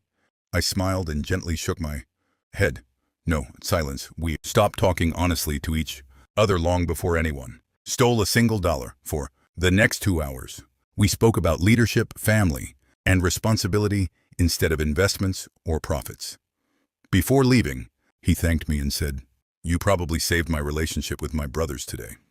After he left, I realized my experiences had become more valuable than any business strategy I had ever created. That evening, David joined me in the garden. Carrying 2 cups of coffee, we sat beneath the old oak tree in complete silence until he quietly said, "Dad, if all of this had never happened, I might never have understood what truly matters." I looked at him and replied, "Neither would I." We both laughed softly because it was the first time our conversations felt completely free from the weight of the past. As the sun disappeared behind the trees, my youngest granddaughter ran across the yard and climbed into my lap. She looked up at me and innocently asked, "Grandpa, what makes someone rich?" I hugged her tightly and answered, "A person is truly rich when they have people who trust them." She smiled without fully understanding, but one day she would. I looked around at my family laughing together inside the house and realized something that no bank account could ever measure. I had once believed my greatest achievement was building a fortune. Now I knew my greatest achievement was rebuilding a family, and if someone remembers my story years from now, I hope they remember only one lesson. Never allow greed to become stronger than love, because money can always be earned again. But a broken family is the hardest thing in the world to rebuild. As the years passed, my story slowly stopped belonging only to me. It became part of my family's history, and every generation after us would hear it. One evening, my eldest grandson asked if he could see the old suitcase I carried the day I was forced out of my own home. I climbed into the attic, brought it down, and placed it on the living room table. It looked worn and ordinary, yet it reminded me of the hardest day of my life. My grandson quietly asked, "Grandpa, were you scared when you left?" I smiled honestly. Yes, I was terrified. Not because I had lost my house, but because I thought I had lost my family forever. He carefully opened the suitcase. Inside were a few old clothes, a faded notebook, a family photograph, and the watch I had worn for decades. "That is all you took?" he asked. I nodded. Sometimes life strips away everything, except what truly matters. David stood quietly in the doorway, listening to every word. He walked over, looked at the suitcase, and softly said, "Dad, I still remember watching you leave. I thought winning meant owning the house. Now, I understand I was the one who had already lost everything." I placed my hand on his shoulder. "The moment you accepted responsibility, you started finding your way back." That night, we closed the suitcase together and returned it to the attic, not as a reminder of pain, but as a reminder of survival. Before everyone went home, we gathered beneath the old oak tree that my wife had planted many years earlier, looked at my children, my grandchildren, and the peaceful home surrounding us. And I quietly thanked God for giving our family another chance. Life had tested us with greed, betrayal, and heartbreak, but it had also given us forgiveness, wisdom, and hope. If someone ever asks what became of John Carter after losing almost everything, tell them this: he did not become famous because he recovered a fortune. He became grateful because he discovered that the greatest treasure any person can ever protect is not the wealth inside a bank account, but the love, honesty, and trust that live inside a family. Years later, my hair had turned completely white, and my steps had become slower. But every morning, I still walked through the garden before anyone else woke up. One sunrise, my youngest grandson joined me. He slipped his small hand into mine and asked, "Grandpa, why do you always smile when you look at that old oak tree?" I looked up at its strong branches and quietly answered, "Because this tree reminds me that storms do not exist to destroy us. They exist to show us how deep our roots really are." He thought about my words for a moment before smiling. We continued, walking until we reached the small bench where my late wife and I used to sit together. I gently brushed away a few fallen leaves and whispered, "Your grandmother believed every family would face difficult seasons. She also believed that love was stronger than any storm if people were willing to tell the truth." Later that afternoon, the entire family gathered for a simple dinner. There were no business meetings, no discussions about money, and no conversations about inheritance. There was only laughter filling the house. David looked around the table and quietly said, "Dad, this is the richest I have ever felt." I smiled because I finally knew he understood what had taken me a lifetime to learn. After dinner, my grandchildren asked me to tell them one final story. Did not tell them about the fortune, the courtroom, or the betrayal.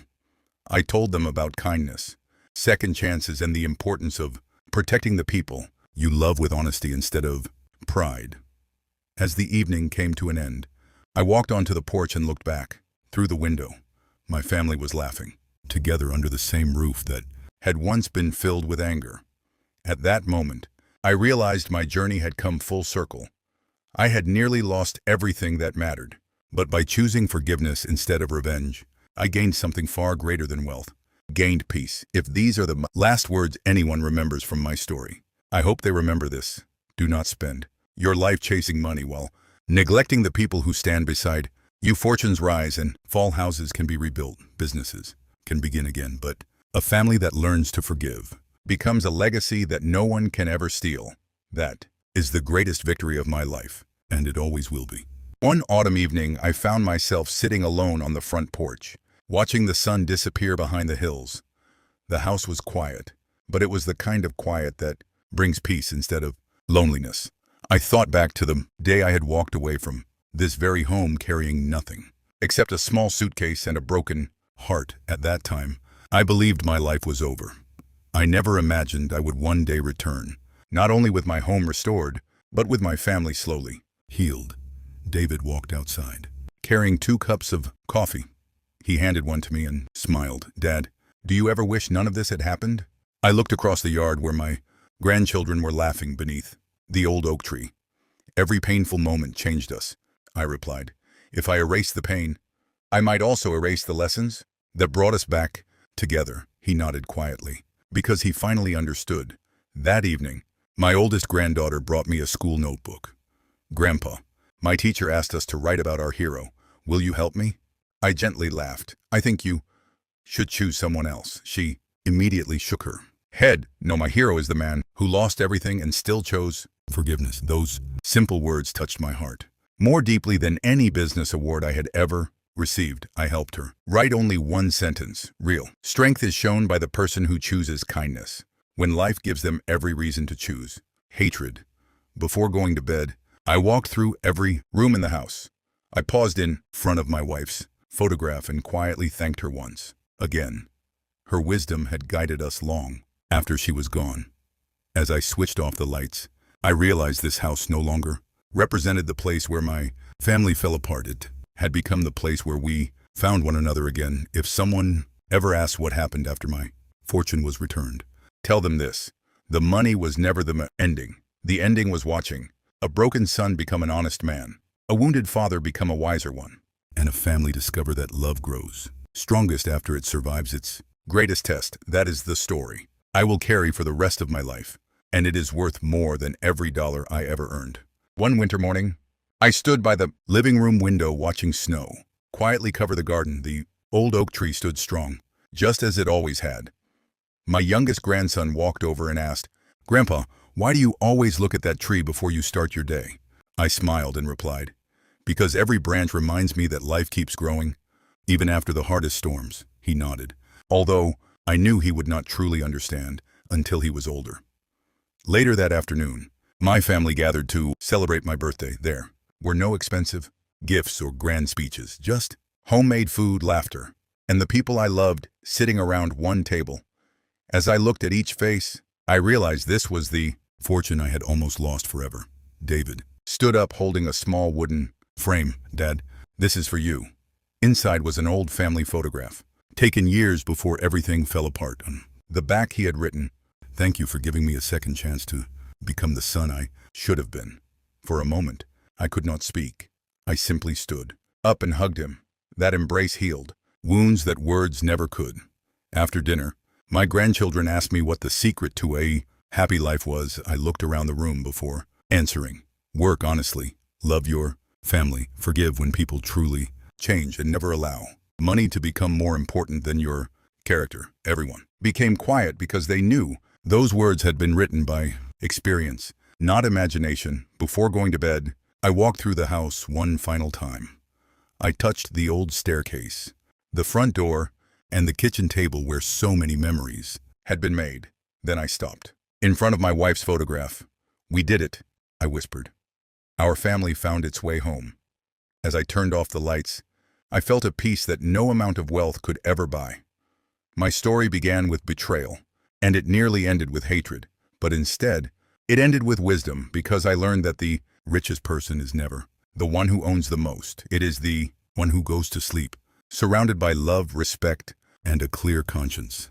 That is the greatest reward life has ever given me, and it is the only treasure I hope my family carries forward forever. One evening, my oldest grandson asked me to open the old leather journal that had remained locked inside my study for years. I had written in it only on the most important days of my life: the day I married my wife, the day David was born, the day I built my first company, and sadly, the day my own son forced me out of my home. I slowly turned each page while my family gathered around me. "Grandpa," my granddaughter softly asked, "which page is your favorite?" I smiled and pointed to the very last one. It had only a single sentence written across the page: "The day my family found its way back to one another." She looked confused. "Not the day you became rich?" I gently shook my head. "No, because money gave me comfort, but forgiveness gave me peace. The room became silent as everyone reflected on those words. David quietly stood up and walked toward the bookshelf, removed the framed newspaper that once reported the biggest fraud case in our family's history. Dad, I kept this all these years because I never wanted to forget what greed almost cost us. He carefully folded the newspaper and placed it inside the journal before closing it forever. Our future deserves more space than our past, he said. I smiled because those were the words of a man who had truly changed. That night, we shared a simple meal. Together, no one spoke about business. No one mentioned the trust or the fortune. We simply enjoyed being together, which had once seemed impossible. As everyone prepared to leave, my youngest grandson hugged me tightly and whispered, "Grandpa, when I grow up, I want people to trust me the way everyone trusts you." I held him close and quietly replied, "Then always choose honesty, even when lying seems easier." After the house became quiet, I stepped outside beneath the stars and looked at the old oak tree one more time. The wind gently moved through its branches, and I felt as though my wife was smiling down on us. Our family had survived betrayal, greed, and heartbreak, but we refused to let those things become our legacy. Instead, we chose truth, forgiveness, and love. And as I closed my eyes that night, I realized I no longer wished to change a single chapter of my life, because every painful page had led us to this peaceful ending. The following weekend, my family gathered at the lake where my wife and I used to spend every anniversary. It had been many years since I last visited that place because every memory there reminded me of what I had lost. This time felt different. The pain had slowly been replaced by gratitude. As we sat together watching the water, my oldest granddaughter asked, "Grandpa, if Grandma were here today, what do you think she would say?" I smiled and looked toward the quiet lake. She would probably tell us to stop worrying so much about tomorrow and enjoy this moment together. Everyone laughed because they knew that sounded exactly like her. David quietly reached into his pocket and handed me a folded piece of paper. "Dad, I have been carrying this for months."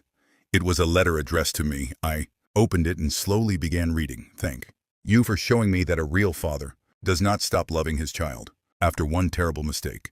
Real father teaches his child how to become a better person." By the time I reached the final sentence, my eyes were filled with tears. I folded the letter and placed it inside my jacket, beside my wife's last note. "These are the two most valuable things I own now," I quietly said. Later that afternoon, my grandchildren skipped stones across the lake while the rest of us watched in silence. There were no arguments, no secrets, no fear, just a family enjoying the gift of being together. Again, as the sun began to set, we stood side by side looking across the water. I realized that life had not given me the ending I once expected. It had given me a better one. I had once dreamed of leaving behind a successful company and a great fortune. Now I hoped people would remember something much simpler, that when life tested me with betrayal, I chose forgiveness. When it tested me with loss, I chose hope. And when it gave my family a second chance, we chose to rebuild it together. That is the legacy I leave behind. Not millions of dollars, not a famous business, but a family that learned the greatest wealth in this world is waking up each day with people who trust, love, and stand beside you no matter what tomorrow brings. Many people ask me what happened after everything was over. The truth is, life finally became ordinary again. And after everything my family had survived, ordinary felt like the greatest blessing imaginable. Every morning, I still unlocked the front door before sunrise, walked through the quiet garden, and smiled at the old oak tree my wife had planted decades ago. I no longer looked at it as a reminder of pain. I looked at it as proof that strong roots can survive the fiercest storms. One evening, my entire family gathered for dinner. As I watched my grandchildren laughing around the table, I realized none of them cared about the company, the trust, or the fortune. They cared that Grandpa was telling stories and making them laugh. That simple moment taught me something I had spent a lifetime chasing. Real success is not measured by what you own. It is measured by who is still sitting beside you when everything else is gone. After dinner, David walked outside with me and quietly said, "Dad, there is something I have wanted to tell you for a long time." I smiled and waited. He looked up at the stars before speaking. "Every decision I make now, I ask myself one question. Would this make Mom proud?" I felt my eyes fill with tears because I knew those words were genuine. I gently placed my hand on his shoulder and replied, "If you keep living that way, you will never lose your path again." As the night grew quieter, I walked back inside and stopped in front of my wife's photograph. One last time, I whispered, "We finally made it." The house that had once echoed with betrayal was now filled with peace. The family that had nearly destroyed itself had learned how to trust again, and the son who once chose greed had become a man known for honesty. If my story is remembered after I am gone, I hope it is not remembered as the tale of a man who recovered millions of dollars. I hope it is remembered as the story of a family that refused to let betrayal write the final chapter, because fortunes can disappear overnight, but faith, forgiveness, and love can create a legacy that lasts for generations. That is the greatest wealth I have ever known, and it is more valuable than anything money could ever buy. As I grow older, I often find myself thinking less about the years I have left and more about the example I will leave behind. One quiet afternoon, I gathered my children and grandchildren in the living room. There were no lawyers, no financial advisors, and no stacks of legal documents waiting on the table. There was only one handwritten letter in front of me, smiled and said, "Today I am not here to divide my wealth. I'm here to share my greatest lesson." Everyone listened carefully as I unfolded the paper. If you ever find yourselves arguing over money, stop for a moment and remember what nearly happened to our family. We almost lost each other because we forgot that people are always more valuable than possessions. The room became completely silent.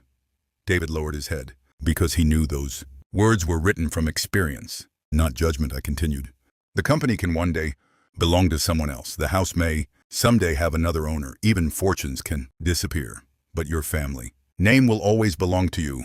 Protect it with honesty." My youngest granddaughter slowly raised her hand and asked, "Grandpa, what do you want us to remember after you are gone?" I smiled warmly before answering, "I do not want you to remember how much money I made. I want you to remember that when life gave me every reason to become bitter, I chose forgiveness instead." Tears filled several eyes around the room. David quietly stood up and hugged me without saying a word. That silent embrace meant more than any apology ever could. As the evening came to an end, we all stepped outside together. The old oak tree stood taller than ever, its branches stretching high into the evening sky. Looked at my family standing beneath it and realized that this was the future my wife had always dreamed of. Not a family united by wealth, but one united by love, respect, and truth. If these words become the final lesson my grandchildren carry through life, I hope they never forget this. One dishonest decision can destroy years of trust, but one sincere act of forgiveness can begin rebuilding a lifetime of hope. That is the inheritance I truly wanted to leave behind, and nothing in this world could ever be worth more. As the final years of my life approached, I began spending more time sitting beneath the old oak tree in my garden. The same tree that had witnessed my darkest days was now watching the happiest moments of my life. I often sat there with a cup of coffee, thinking about the strange journey that brought me to this place. I once believed losing my fortune would be the greatest tragedy I could face, but life showed me something completely different. The greatest loss would have been losing my family forever. One afternoon, David joined me beneath the tree. We sat quietly for several minutes before he finally said, "Dad, I know I can never change what I did, but I want you to know that every day I try to become the man you always wanted me to be." I looked at him and smiled. "David, the past cannot be changed, but the future is built by the choices you make today." He nodded with tears in his eyes. That conversation stayed with me because I knew my son had finally understood the lesson that took us both years to learn. As time passed, I watched my grandchildren grow into responsible adults. They never cared about the size of the family fortune. They cared about the stories, the lessons, and the memories we created together. Before my 95th birthday, my family surprised me with a gathering in the backyard. They decorated the oak tree with lights and placed old photographs around the deep garden. Every picture reminded me of the people and moments that shaped my life. David stood in front of everyone and said, "My father taught me that wealth is not what you leave behind in a bank account. It is what you leave behind in people's hearts." I looked around at my family and realized he had finally become the person I always hoped he could be. That night, as everyone laughed together under the stars, I felt complete. I had lost money, had lost trust. I had lost years that could never return, but I gained wisdom, forgiveness, and a family stronger than before. And if someone asked me what my greatest achievement was, I will never say it was building a company or protecting a 90 million trust. My greatest achievement was proving that even after betrayal, the human heart can heal. That even after a family falls apart, it can find its way home. And that true wealth is not measured by what you own, but by the love and respect that remain when everything else disappears. As I entered my final years, I started writing down every important memory of my life. Not because I wanted people to remember my name, but because I wanted my family to remember the lessons hidden behind every painful moment. I called the journal the things money could never buy. Every night, I wrote about my wife, my children, my mistakes, and the choices that changed our future. I wrote about the day I lost everything and the day I discovered that losing everything was the moment I finally understood what mattered most. One morning, David found me writing in the garden. He sat beside me and asked, "Dad, are you writing your story?" I smiled and replied, "No, I am writing your reminder." He looked confused. So I explained, "One day, you will have children of your own. They may make mistakes. They may disappoint you. But always remember that love and accountability can exist together. You can hold someone responsible without giving up on them." David stayed silent for a long time. Then he nodded because he knew those words came from the hardest lesson we had ever lived. As the years passed, the journal became something our entire family treasured. My grandchildren would often sit beside me and ask questions about the past. They wanted to know how I stayed strong when people I trusted betrayed me. I always gave them the same answer. Strength does not mean you never feel broken. Strength means you decide what kind of person you will become after you are broken. One evening, my granddaughter read a page from my journal where I had written about my wife. She looked up and said, "Grandpa, she sounds like an amazing woman." I smiled and answered, "She was. She taught me that forgiveness is not forgetting what happened. It is choosing not to let what happened control the rest of your life." That night, I closed the journal for the final time and placed it in the family library. Knew my journey was coming closer to its end, but I had no fear because I finally understood that my story was never about the fortune I protected. It was about the hearts we saved, the mistakes we corrected, and the love we rebuilt. After a lifetime of challenges, I had discovered the greatest truth of all: a person does not leave behind a legacy because of what they own. They leave behind a legacy because of what they teach others. And that was the only inheritance I ever wanted my family to carry forward. Years continued to pass, and the world around me kept changing.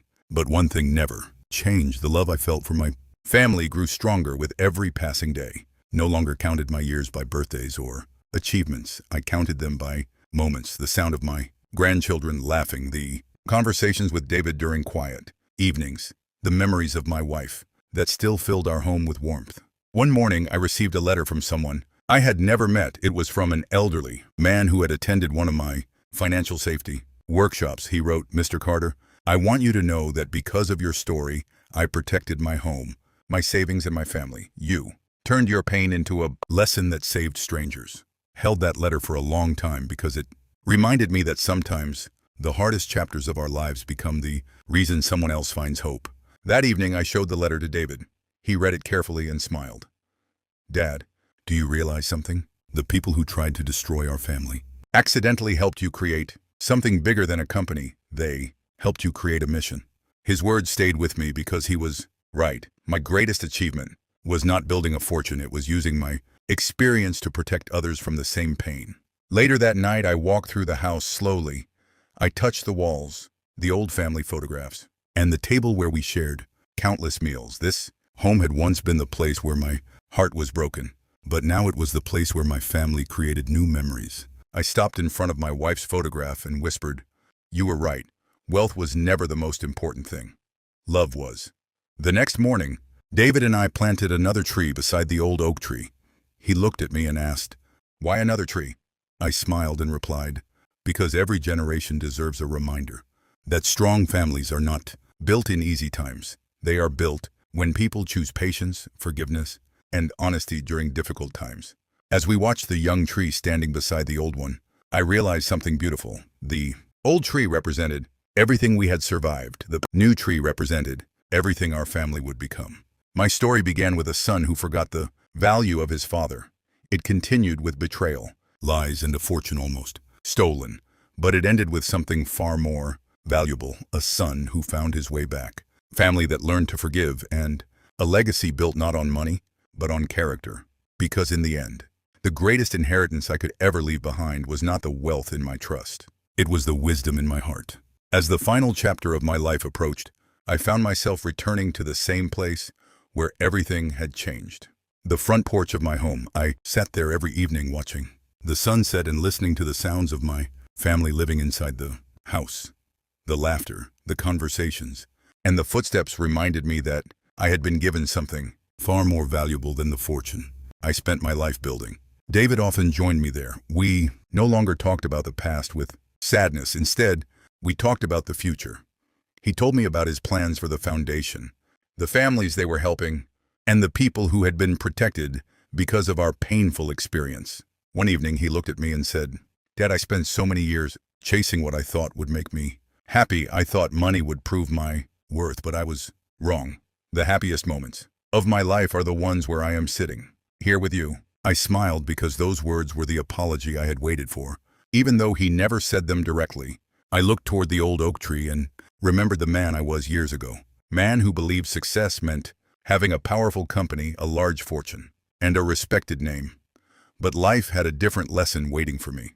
True success was not having people fear losing me because of my money. It was having people love me because of who I was. On my last birthday celebration, my entire family gathered beneath the oak tree, my grandchildren. Read pages from my old journal. They spoke about honesty, kindness, and forgiveness. The same lessons I had learned through the hardest moments of my life. David then stood in front of everyone and said, "My father taught me that a person's greatest treasure is not what they leave behind.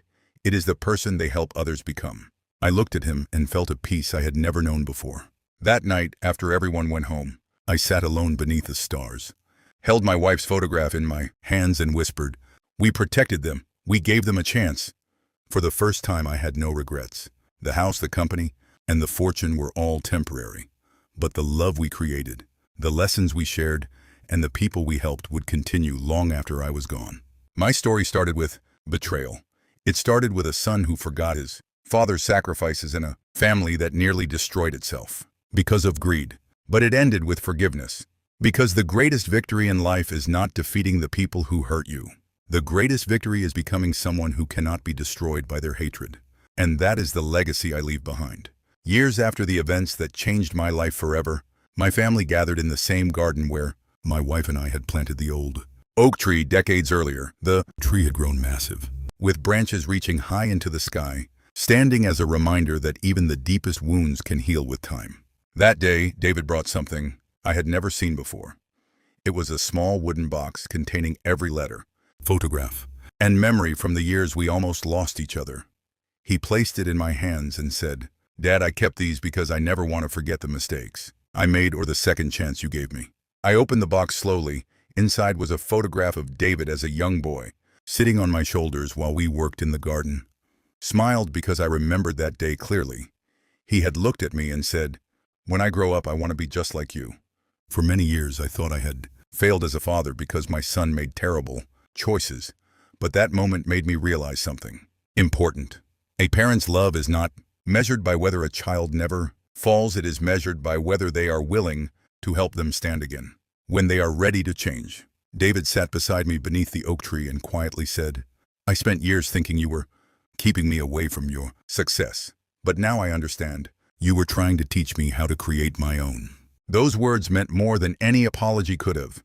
As the evening arrived, my grandchildren gathered around us and asked about the old stories. I looked at David and smiled because I no longer saw the man who betrayed me, saw the man who had worked hard to become better. The past could never be erased, but it no longer controlled our future. That night, I wrote one final sentence in my journal. Sometimes the greatest miracle is not getting back what you lost. It is discovering that what you rebuild can become stronger than what you had before. I closed the journal and placed it beside my wife's photograph.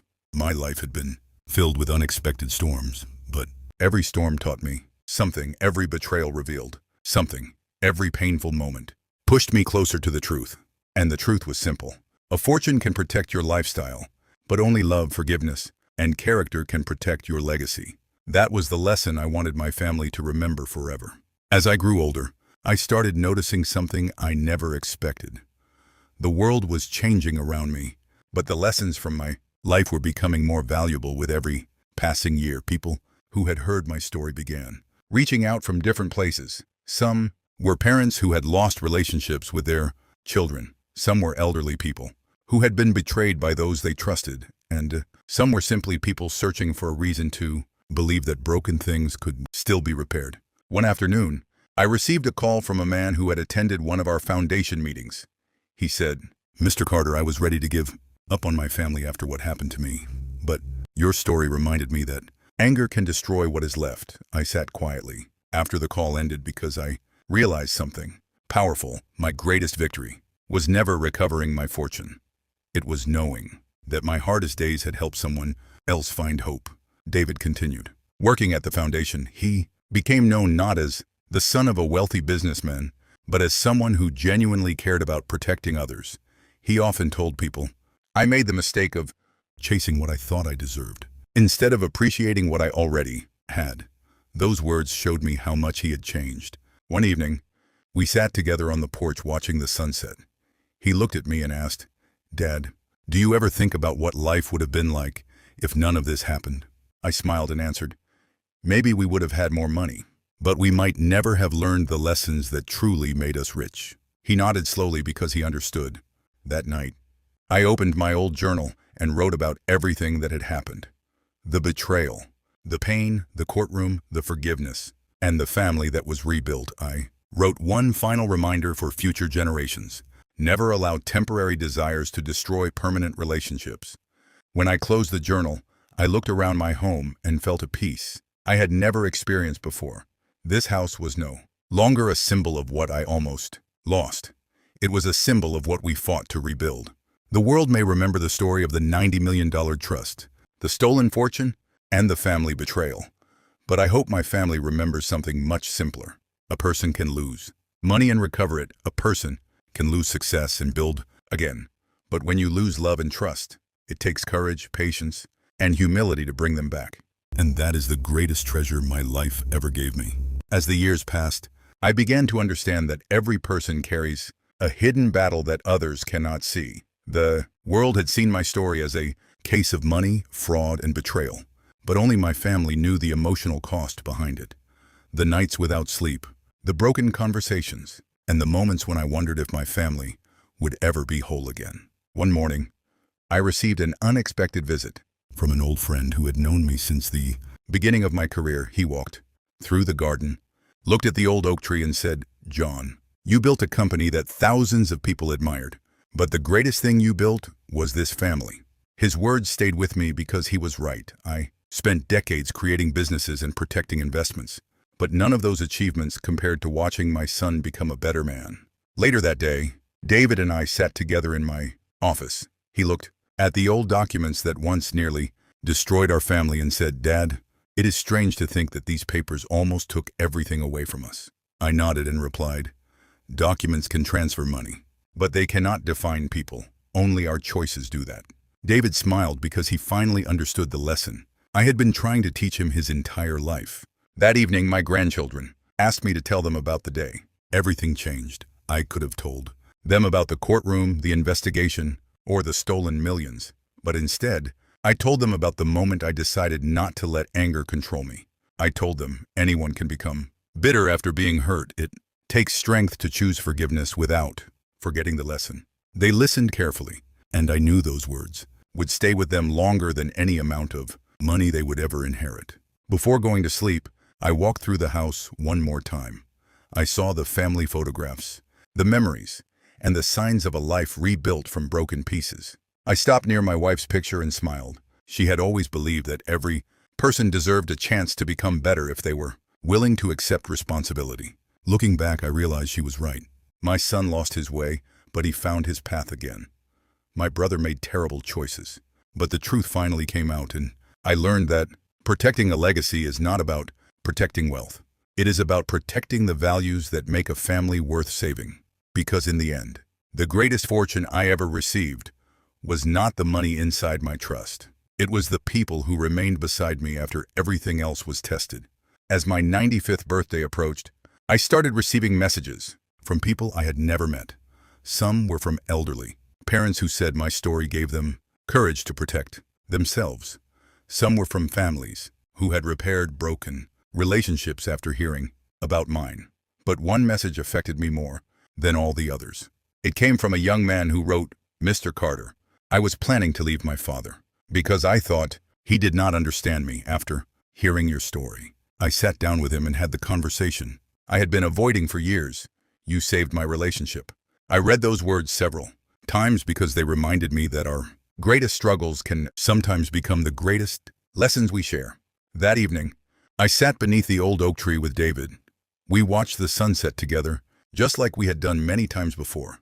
He quietly said, "Dad, do you realize that the worst thing that ever happened to us became the reason we helped so many people?" I smiled and replied, "Yes, but remember something. The pain did not make us better by itself. Our choices did."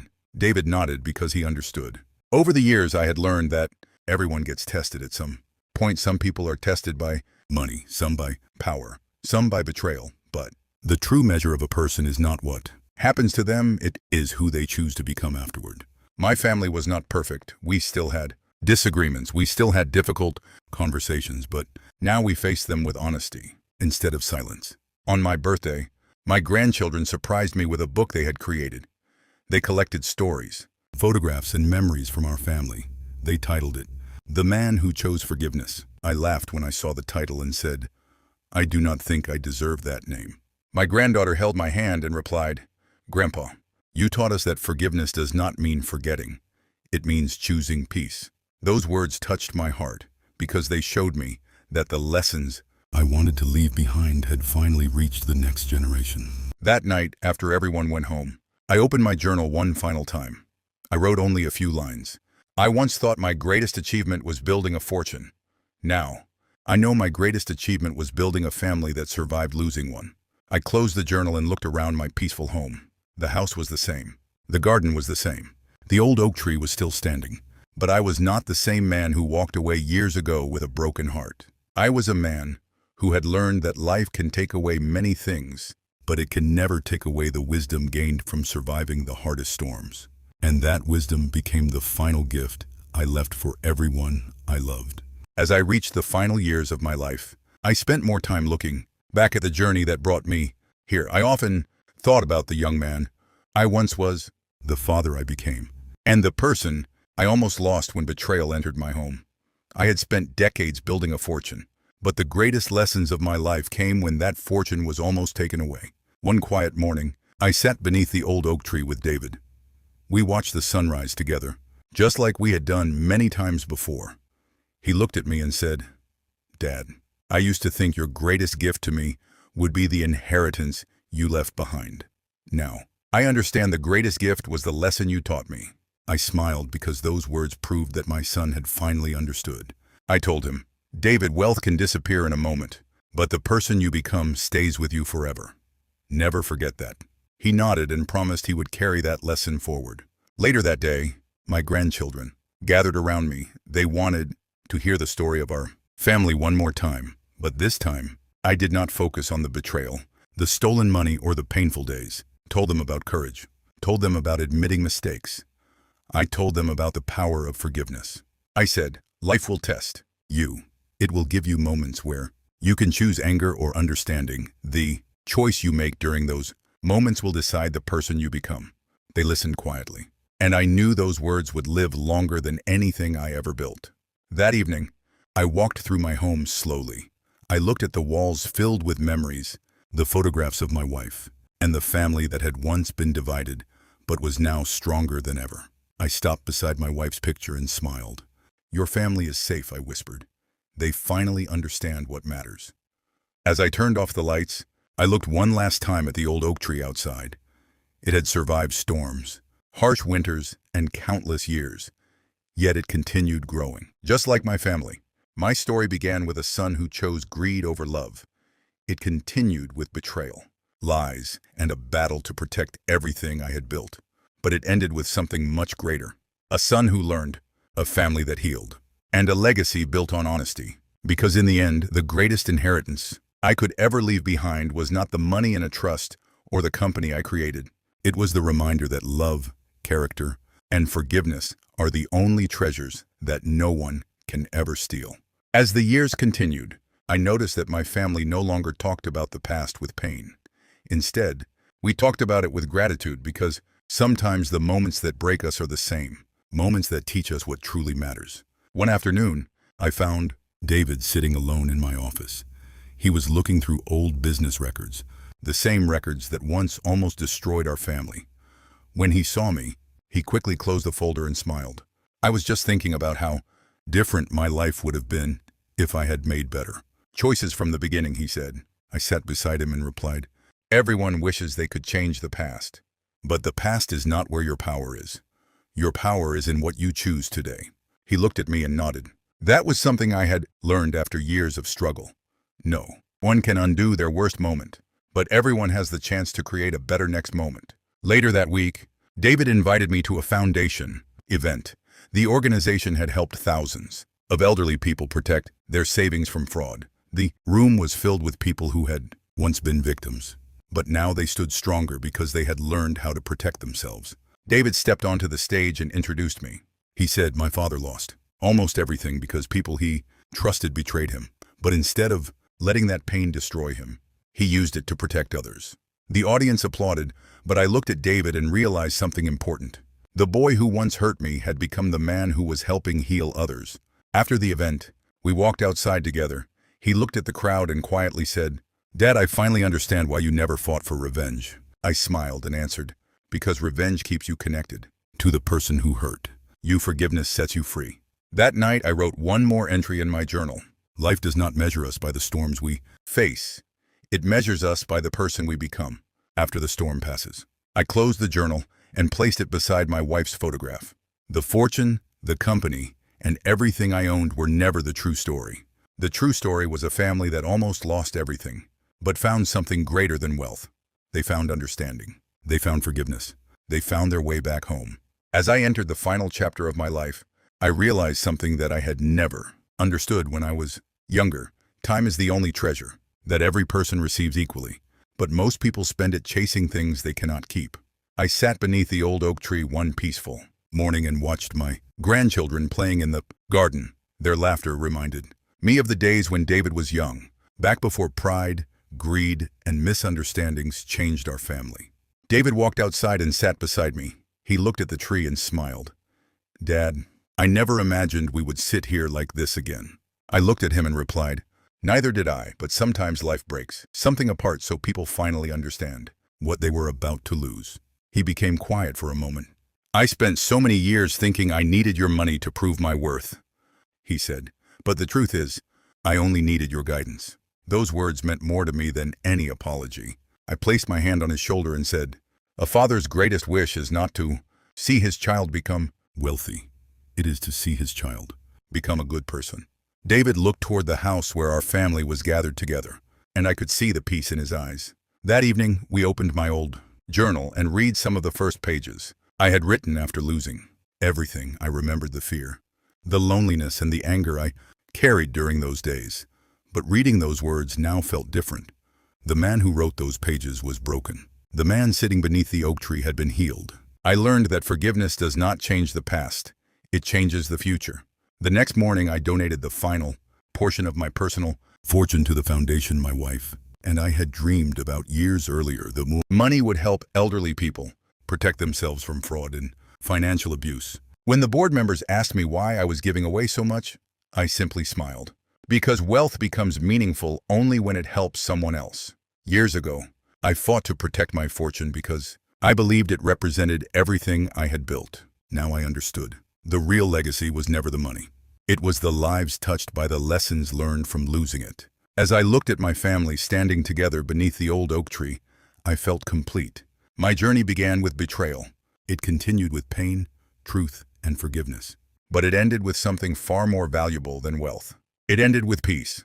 As my life grew quieter, I found myself spending more time with the people who mattered most. My days were no longer filled with business meetings, legal battles, or protecting assets. They were filled with simple moments that I once ignored: the sound of my grandchildren running through the house, the smell of coffee in the morning, the conversations with David that I once thought I would never have again. One evening, David brought me an old box from the attic. "Dad, I found something you should see." Inside was a collection of drawings and letters he had written as a child. Drawings showed our family standing together beneath the oak tree. He had written underneath it, "My family will always be together."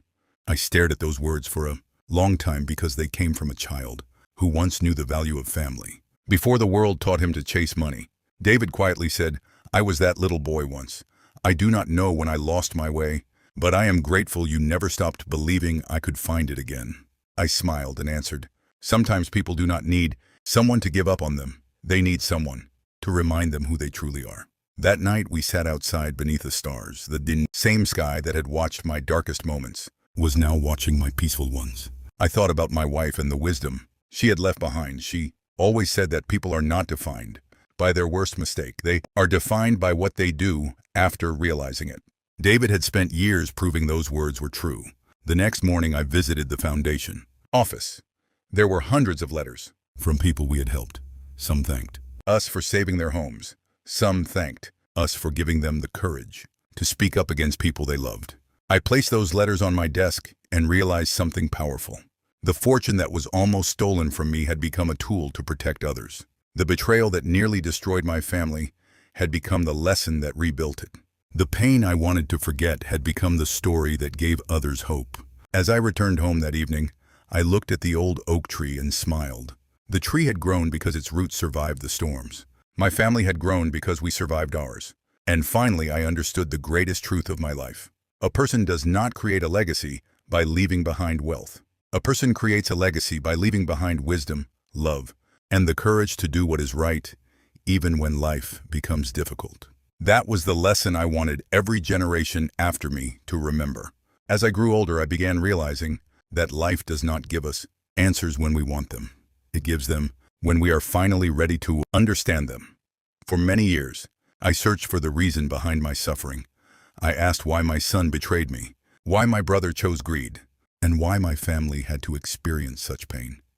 But with time, I discovered that every difficult moment had a purpose. One peaceful morning, I found David sitting beneath the old oak tree. He was holding my old journal and reading the pages I had written during the darkest days of my life. When he saw me, he closed the journal and said, "Dad, I never knew how much pain you carried while I was fighting against you." I sat beside him and replied, "The hardest pain was not losing the money. It was believing that I had lost my son." His eyes filled with tears. "I cannot change those years," he whispered, "but I promise I will spend the rest of my life making sure you never feel alone again." I looked at the man sitting beside me and realized something beautiful. The son who once took away my peace had become the person who protected it. Later that day, my grandchildren asked me to tell them about the greatest decision I ever made. They expected me to talk about saving my company, protecting the trust, or defeating the people who tried to hurt me. But I smiled and said, "My greatest decision was choosing not to let hatred control my heart." They listened carefully as I explained that forgiveness does not mean pretending. The pain never happened. It means refusing to allow that pain to control the rest of your life. That evening, I walked through my home and looked at every photograph hanging on the walls. I saw my wife's smile, my children's childhood memories, and the family moments we almost lost forever. I stopped in front of the picture of my wife and whispered, "You were right. Love was always stronger than money." The following week, I attended another foundation event. David stood on stage and told people our family story. He did not hide his mistakes. He openly admitted them because he wanted others to learn from them. After the event, an elderly woman approached him and said, "Your honesty gave me the courage to forgive my own son." When David told me this, I smiled because I knew the greatest change had happened. Our story was no longer about betrayal. It was about healing. It was about second chances. It was about proving that even after the deepest wounds, a family can still find its way back. And that became the final lesson of my life. The strongest families are not the ones that never face storms. They are the ones that choose to stand together after the storm has passed. As I reached another birthday, I realized I was no longer counting the years I had lived. I was counting the moments that made those years meaningful.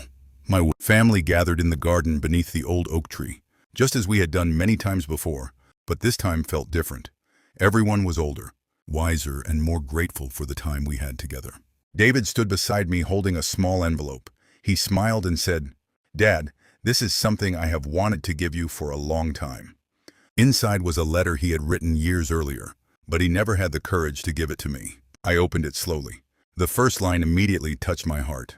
"Dad, I spent years trying to prove that I deserved everything you built, but I never understood that the greatest thing you gave me was the chance to become a better person." I paused for a moment because those words carried the weight of years of mistakes, regret, and change. David continued, "You could have walked away from me forever, had every reason to close your heart, but instead, you showed me that love and forgiveness are stronger than anger." I looked at him and smiled. "David, the reason I forgave you was not because what happened did not hurt me. It was because I did not want your worst mistake to become the story of your entire life." Everyone became quiet beneath the tree. My grandchildren listened carefully because they understood they were hearing something more valuable than any inheritance. Later that evening, we all sat together for dinner. There were no discussions about money, no arguments about the past, and no fears about the future. There was only peace. After everyone left, I remained outside for a few minutes, looking at the stars, thought about the man I was years ago, the man who believed his greatest achievement was building a fortune. That man was wrong. The greatest achievement of my life was watching my family rebuild itself. The company I created would one day belong to someone else. The house I lived in would eventually have a different owner. But the lessons we learned, the forgiveness we shared, and the love we restored would continue through every generation. I finally understood that life does not measure us by how much we collect. It measures us by how much goodness we leave behind. And if my story is remembered after I am gone, I hope people do not remember the millions, the courtroom, or the betrayal. I hope they remember one simple truth. Even when someone breaks your heart, you still have the power to choose what kind of person you become. Because forgiveness did not make me weak. It made me free. As the years passed, I noticed something beautiful happening in my family. The story that once brought us shame had slowly become the story that brought us closer. Together, people no longer whispered about the betrayal or the stolen fortune. Instead, they talked about the lessons we learned and the strength we found after everything fell apart. One morning, David and I visited the foundation office together. The building was filled with photographs of families we had helped over the years. We walked through the halls. He stopped in front of a large picture showing hundreds of elderly people who had attended our financial safety programs. He looked at me and said, "Dad, when I lost my way, I thought money was the only thing that mattered, but now I see that helping people is the greatest success anyone can achieve." I smiled because those words showed how much he had changed. We spent the rest of the day meeting with volunteers and listening to stories from people whose lives had been protected because they learned from our experience. One woman held my hand and said, "Your family suffered so we could learn before it was too late." Her words stayed with me. That evening, when we returned home, I sat with David beneath the oak tree. He looked at the branches, reaching toward the sky, and said, "Do you think Mom would be proud of us?" I looked at the tree and smiled. Yes, she would. She never wanted us to be perfect. She only wanted us to be honest and kind. David nodded quietly. For years, I believed my biggest responsibility was protecting the wealth I had built. But now I understood that protecting my family's values was far more important. Before going to sleep, I opened my journal and wrote one final message for my grandchildren. Never measure your life by what you inherit. Measure it by what you contribute. Never chase money so much that you lose the people who matter, and never let pride stop you from saying sorry when you are wrong. I closed the journal and placed it beside my wife's photograph. The house was quiet, but it was a peaceful silence, the kind of silence that comes after a long storm has finally ended. I looked outside at the old oak tree and remembered the day. I thought everything was lost. I carried a suitcase. I carried pain. I carried disappointment. But I also carried something I did not realize at the time. Hope. And that hope became the reason my family survived. Because in the end, the greatest victory was not defeating the people who hurt me. The greatest victory was becoming a person who could forgive them and still move forward. That was the legacy I wanted to leave behind forever. As the final years of my life continued, I realized that the greatest gift time gives us is perspective. When we are young, We chase success because we believe happiness is waiting at the end of the road, but as we grow older, we understand happiness was often standing beside us all along. One quiet morning, I found David looking through old family photographs in the living room. He held a picture of us from many years ago, back when he was just a child sitting beside me at my first company office. He smiled and said, "Dad, I used to think you were always busy because you loved work more than us. Now, I understand you were trying to build something for our future." I sat beside him and replied, "I made mistakes too. Thought providing money was the same as showing love. But children need time, attention, and guidance more than anything else." David nodded because he understood that both of us had lessons to learn. That afternoon, we visited my wife's favorite garden. The flowers she planted many years ago were still blooming because our family continued taking care of them. David placed fresh flowers beside her memorial and quietly said, "Mom, thank you for believing we could become better people." I stood beside him and felt a peace that I had never known before. For years, I thought the betrayal was the biggest challenge of my life, but now I understood it was also the moment that forced our family to face the truths we had ignored for too long. Sometimes life removes everything comfortable, so we can finally see what is truly valuable. That evening, we returned home and gathered around the dinner table. My grandchildren asked questions about my younger years, and I answered every one of them honestly. I did not hide my mistakes. I did not hide my pain, because I wanted them to understand that even strong people have moments when they fall. The difference is whether they choose to stand again. Before going to sleep, I wrote another note in my journal. Do not be afraid of difficult chapters. Some of life's greatest lessons are written during the hardest times. I closed the journal and looked around my peaceful home. The same walls that once heard arguments now carry laughter. The same doors that once closed against me now welcomed everyone I loved. The same family that nearly broke apart had become stronger than ever. And that was when I finally understood. My story was never about a stolen fortune. It was never about defeating the people who hurt me. It was about discovering that after every storm, there is still a chance to rebuild. Because a person's greatest victory is not proving others wrong. It is becoming the best version of themselves despite everything they have been through. As I entered another peaceful year of my life, I noticed that the things I once worried about no longer mattered. The world continued moving quickly, but I had learned to appreciate the quiet moments that many people overlook. One morning, I sat on the porch with my coffee while watching my grandchildren play in the garden. They were laughing, helping each other, and creating memories that reminded me of a time when David was their age. I smiled because I realized something important. The same family that once stood on the edge of destruction was now creating the kind of love I had always hoped for. David came outside and sat beside me. "Dad," he said softly, "do you ever think about that day when everything changed?" I looked toward the old oak tree and nodded. "Yes, I think about it, but I do not think about it with anger anymore. I think about it as the day our family was given a second chance." David looked surprised. "A second chance? Even after everything that happened?" I smiled. Sometimes the hardest moments in life are the ones that force people to change. If everything had been easy, we might never have learned what truly matters. He looked at the tree and quietly said, "I wish I understood that earlier." I placed my hand on his shoulder. We all learn at different times. The important thing is that we learn before it is too late. Later that afternoon, my grandchildren asked me to tell them the story of the old house. They wanted to know why everyone called it a special place. I walked them through every room and showed them the photographs hanging on the walls. I told them, this house is not special because of its value. This house is special because it witnessed our family falling apart and finding its way back. They listened carefully. Before they left, I gave each of them one small piece of advice. Always protect your character more than your possessions. A person with a good heart can rebuild anything, but a person without integrity can lose everything. That evening, I sat beneath the oak tree as the sun disappeared behind the horizon. I thought about the man I was many years ago, a man who believed his greatest achievement was building a fortune, a man who thought losing money was the biggest tragedy. But now I knew the truth. Money can be earned again. Success can be rebuilt.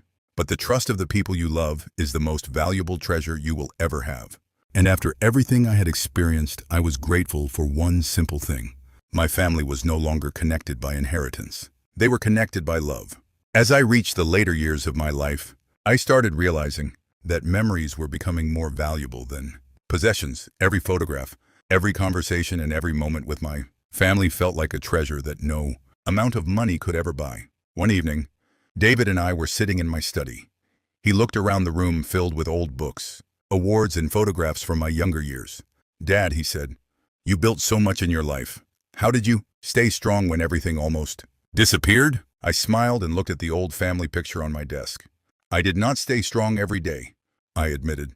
"There were nights when I felt broken. There were moments when I questioned everything, but I learned that strength is not about never falling. Strength is about deciding that you will rise again." David nodded quietly. Those words were not just advice for him, they were the truth I had discovered through years of struggle. The next day, I received a letter from a young woman who had attended one of our foundation programs. She wrote that after hearing my story, she convinced her elderly parents to review their legal documents carefully. They discovered someone close to them had been secretly trying to take control of their finances. She ended the letter with one sentence: "Your family's pain protected mine." I held that letter in my hands for a long time. The betrayal that once felt like the worst thing that ever happened to me had become the reason countless other families were protected. That evening, I shared the letter with David. He smiled and said, "Dad, something that almost destroyed us became something that helped thousands of people." I nodded. That is what happens when you choose to turn pain into purpose. Later that night, I walked through the house. Quietly, I stopped at the places where so many memories had been created. The dining table where we celebrated birthdays. The living room where we had difficult conversations. The doorway where I once left with a suitcase and a broken heart. I stood there for a moment and smiled. The same doorway that represented my greatest sadness had become the entrance to my greatest peace. Life had a strange way of transforming our deepest wounds into our greatest lessons. And as I looked around my home, I understood something I wished I had known when I was younger. A person's true wealth is not found in what they own. It is found in the people who still choose to stand beside them, after they have seen their imperfections, their mistakes, and their struggles. And I was blessed beyond measure, because after everything, my family was still here. As the years passed, I began to understand that every person eventually reaches a moment when they stop asking, "What more can I achieve?" and start asking, "What have I truly given to the world?" For me, that moment came one quiet morning when I was sitting beneath the old oak tree. David joined me with 2 cups of coffee, and for a while, we simply watched the sunrise together. "Dad," he said, "do you ever miss the life we had before everything happened?" I thought about his question carefully. "I miss the people we were before we learned those difficult lessons," I answered. "But I do not miss the ignorance, because sometimes losing your way is the only thing that teaches you how to find the right path." David looked down and smiled. "I spent so many years thinking I lost my inheritance," he said, "but now I realize I almost lost something much more valuable." I knew exactly what he meant. He almost lost his father, and I almost lost my son. That truth was more painful than any financial loss could ever be. Later that week, my family gathered for a special dinner. My grandchildren had grown into adults, and they wanted to hear the story from the beginning. But this time, I noticed something different. They were not interested in the money. They were interested in the choices. They asked questions like, "Grandpa, how did you forgive? And how did you keep believing people could change?" I smiled because those were the questions that truly mattered. I told them, forgiveness is not a gift you give to someone else. It is a gift you give yourself. It allows you to stop carrying the weight of anger. Everyone became quiet because they knew those words came from a place of experience. That night, I opened my journal and wrote a final message for my family.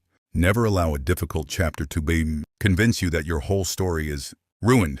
Every ending can become a new beginning if you have the courage to choose hope. I closed the journal and placed it beside my wife's photograph.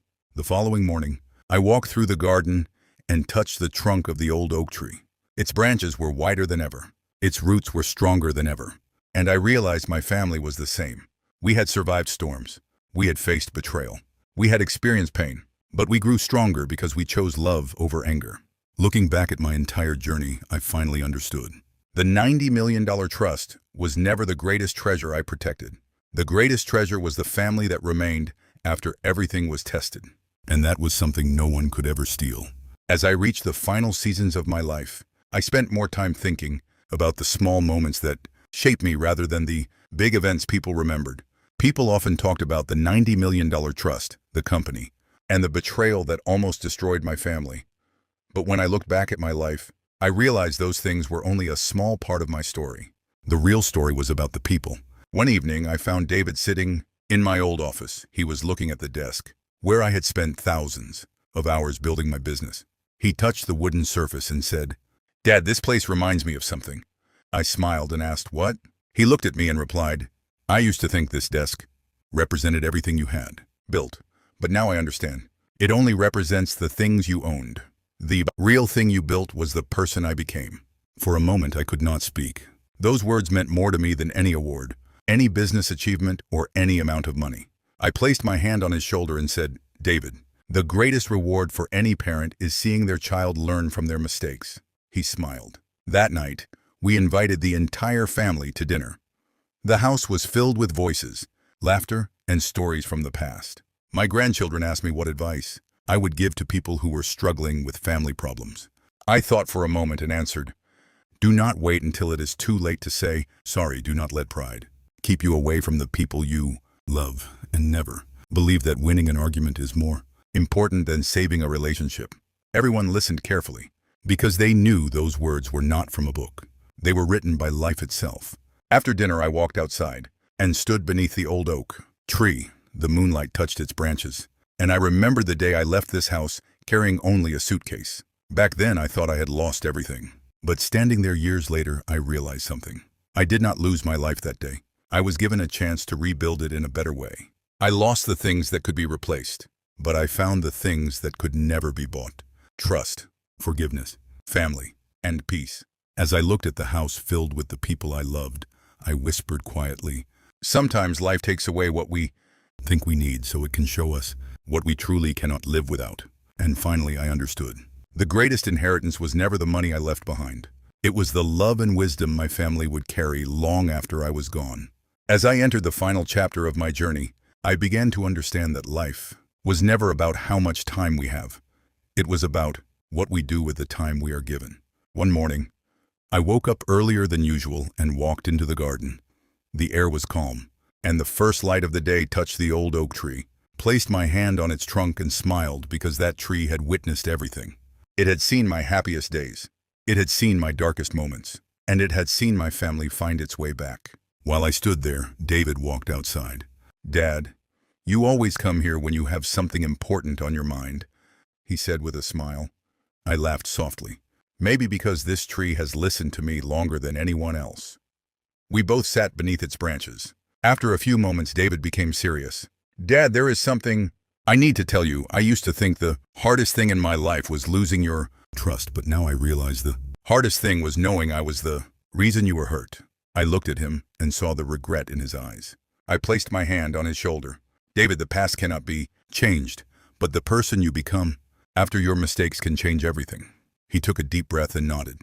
That moment reminded me of something my wife always believed. People are not defined by the moment they fall. They are defined by whether they have the courage to stand again.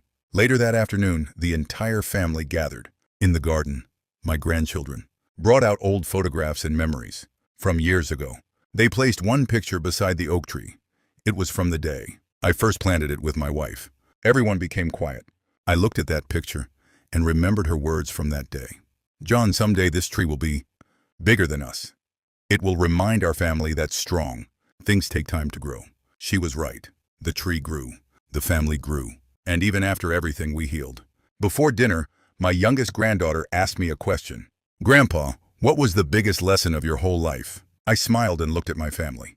Then I answered, "The biggest lesson was learning that protecting your heart does not mean closing it. It means becoming wise enough to know when to forgive." Everyone listened quietly, because they knew the words came from a lifetime of experience.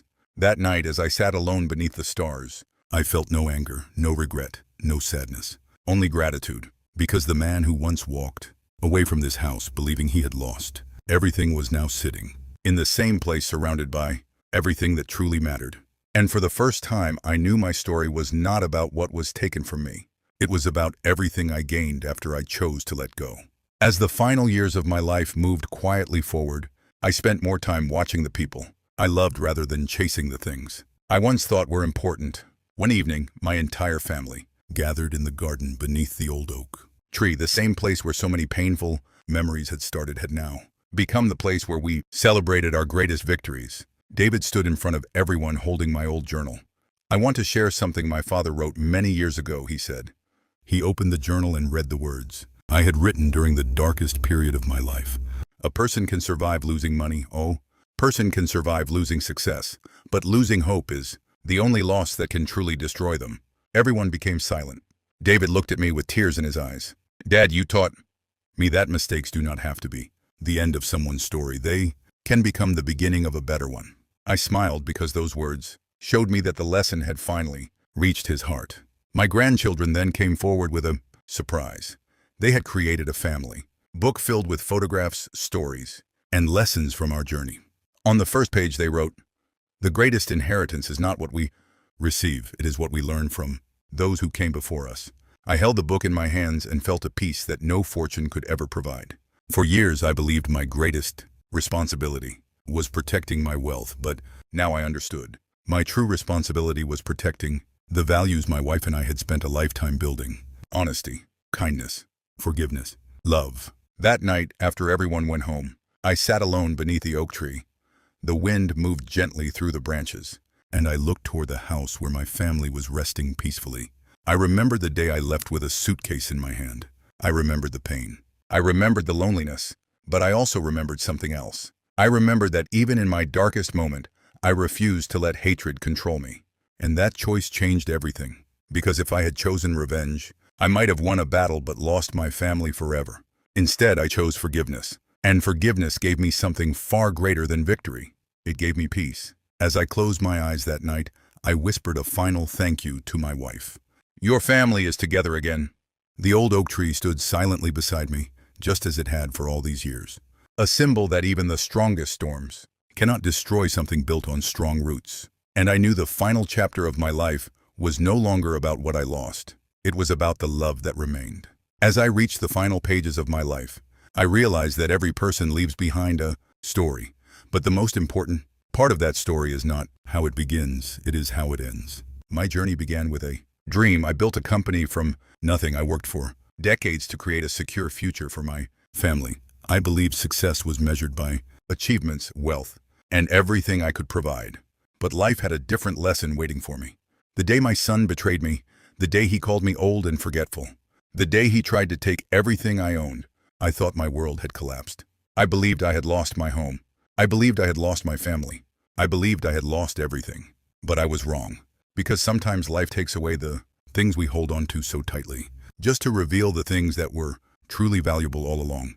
The $90 million trust protected my financial future, but forgiveness protected my heart. The company built my reputation, but love rebuilt my family.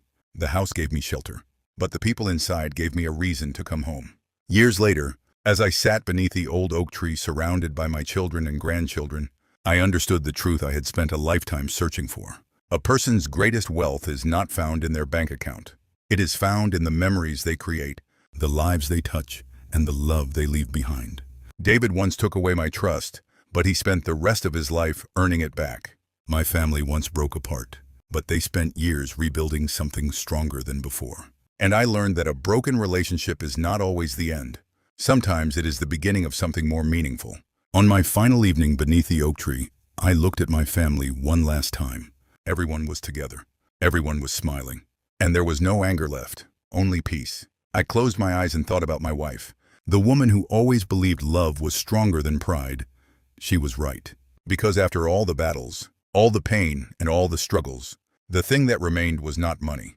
It was love. If my grandchildren ever ask me what my greatest achievement was, I hope they never say it was building a fortune. I hope they say, "He taught us that even after betrayal, you can choose forgiveness. Even after losing everything, you can choose hope.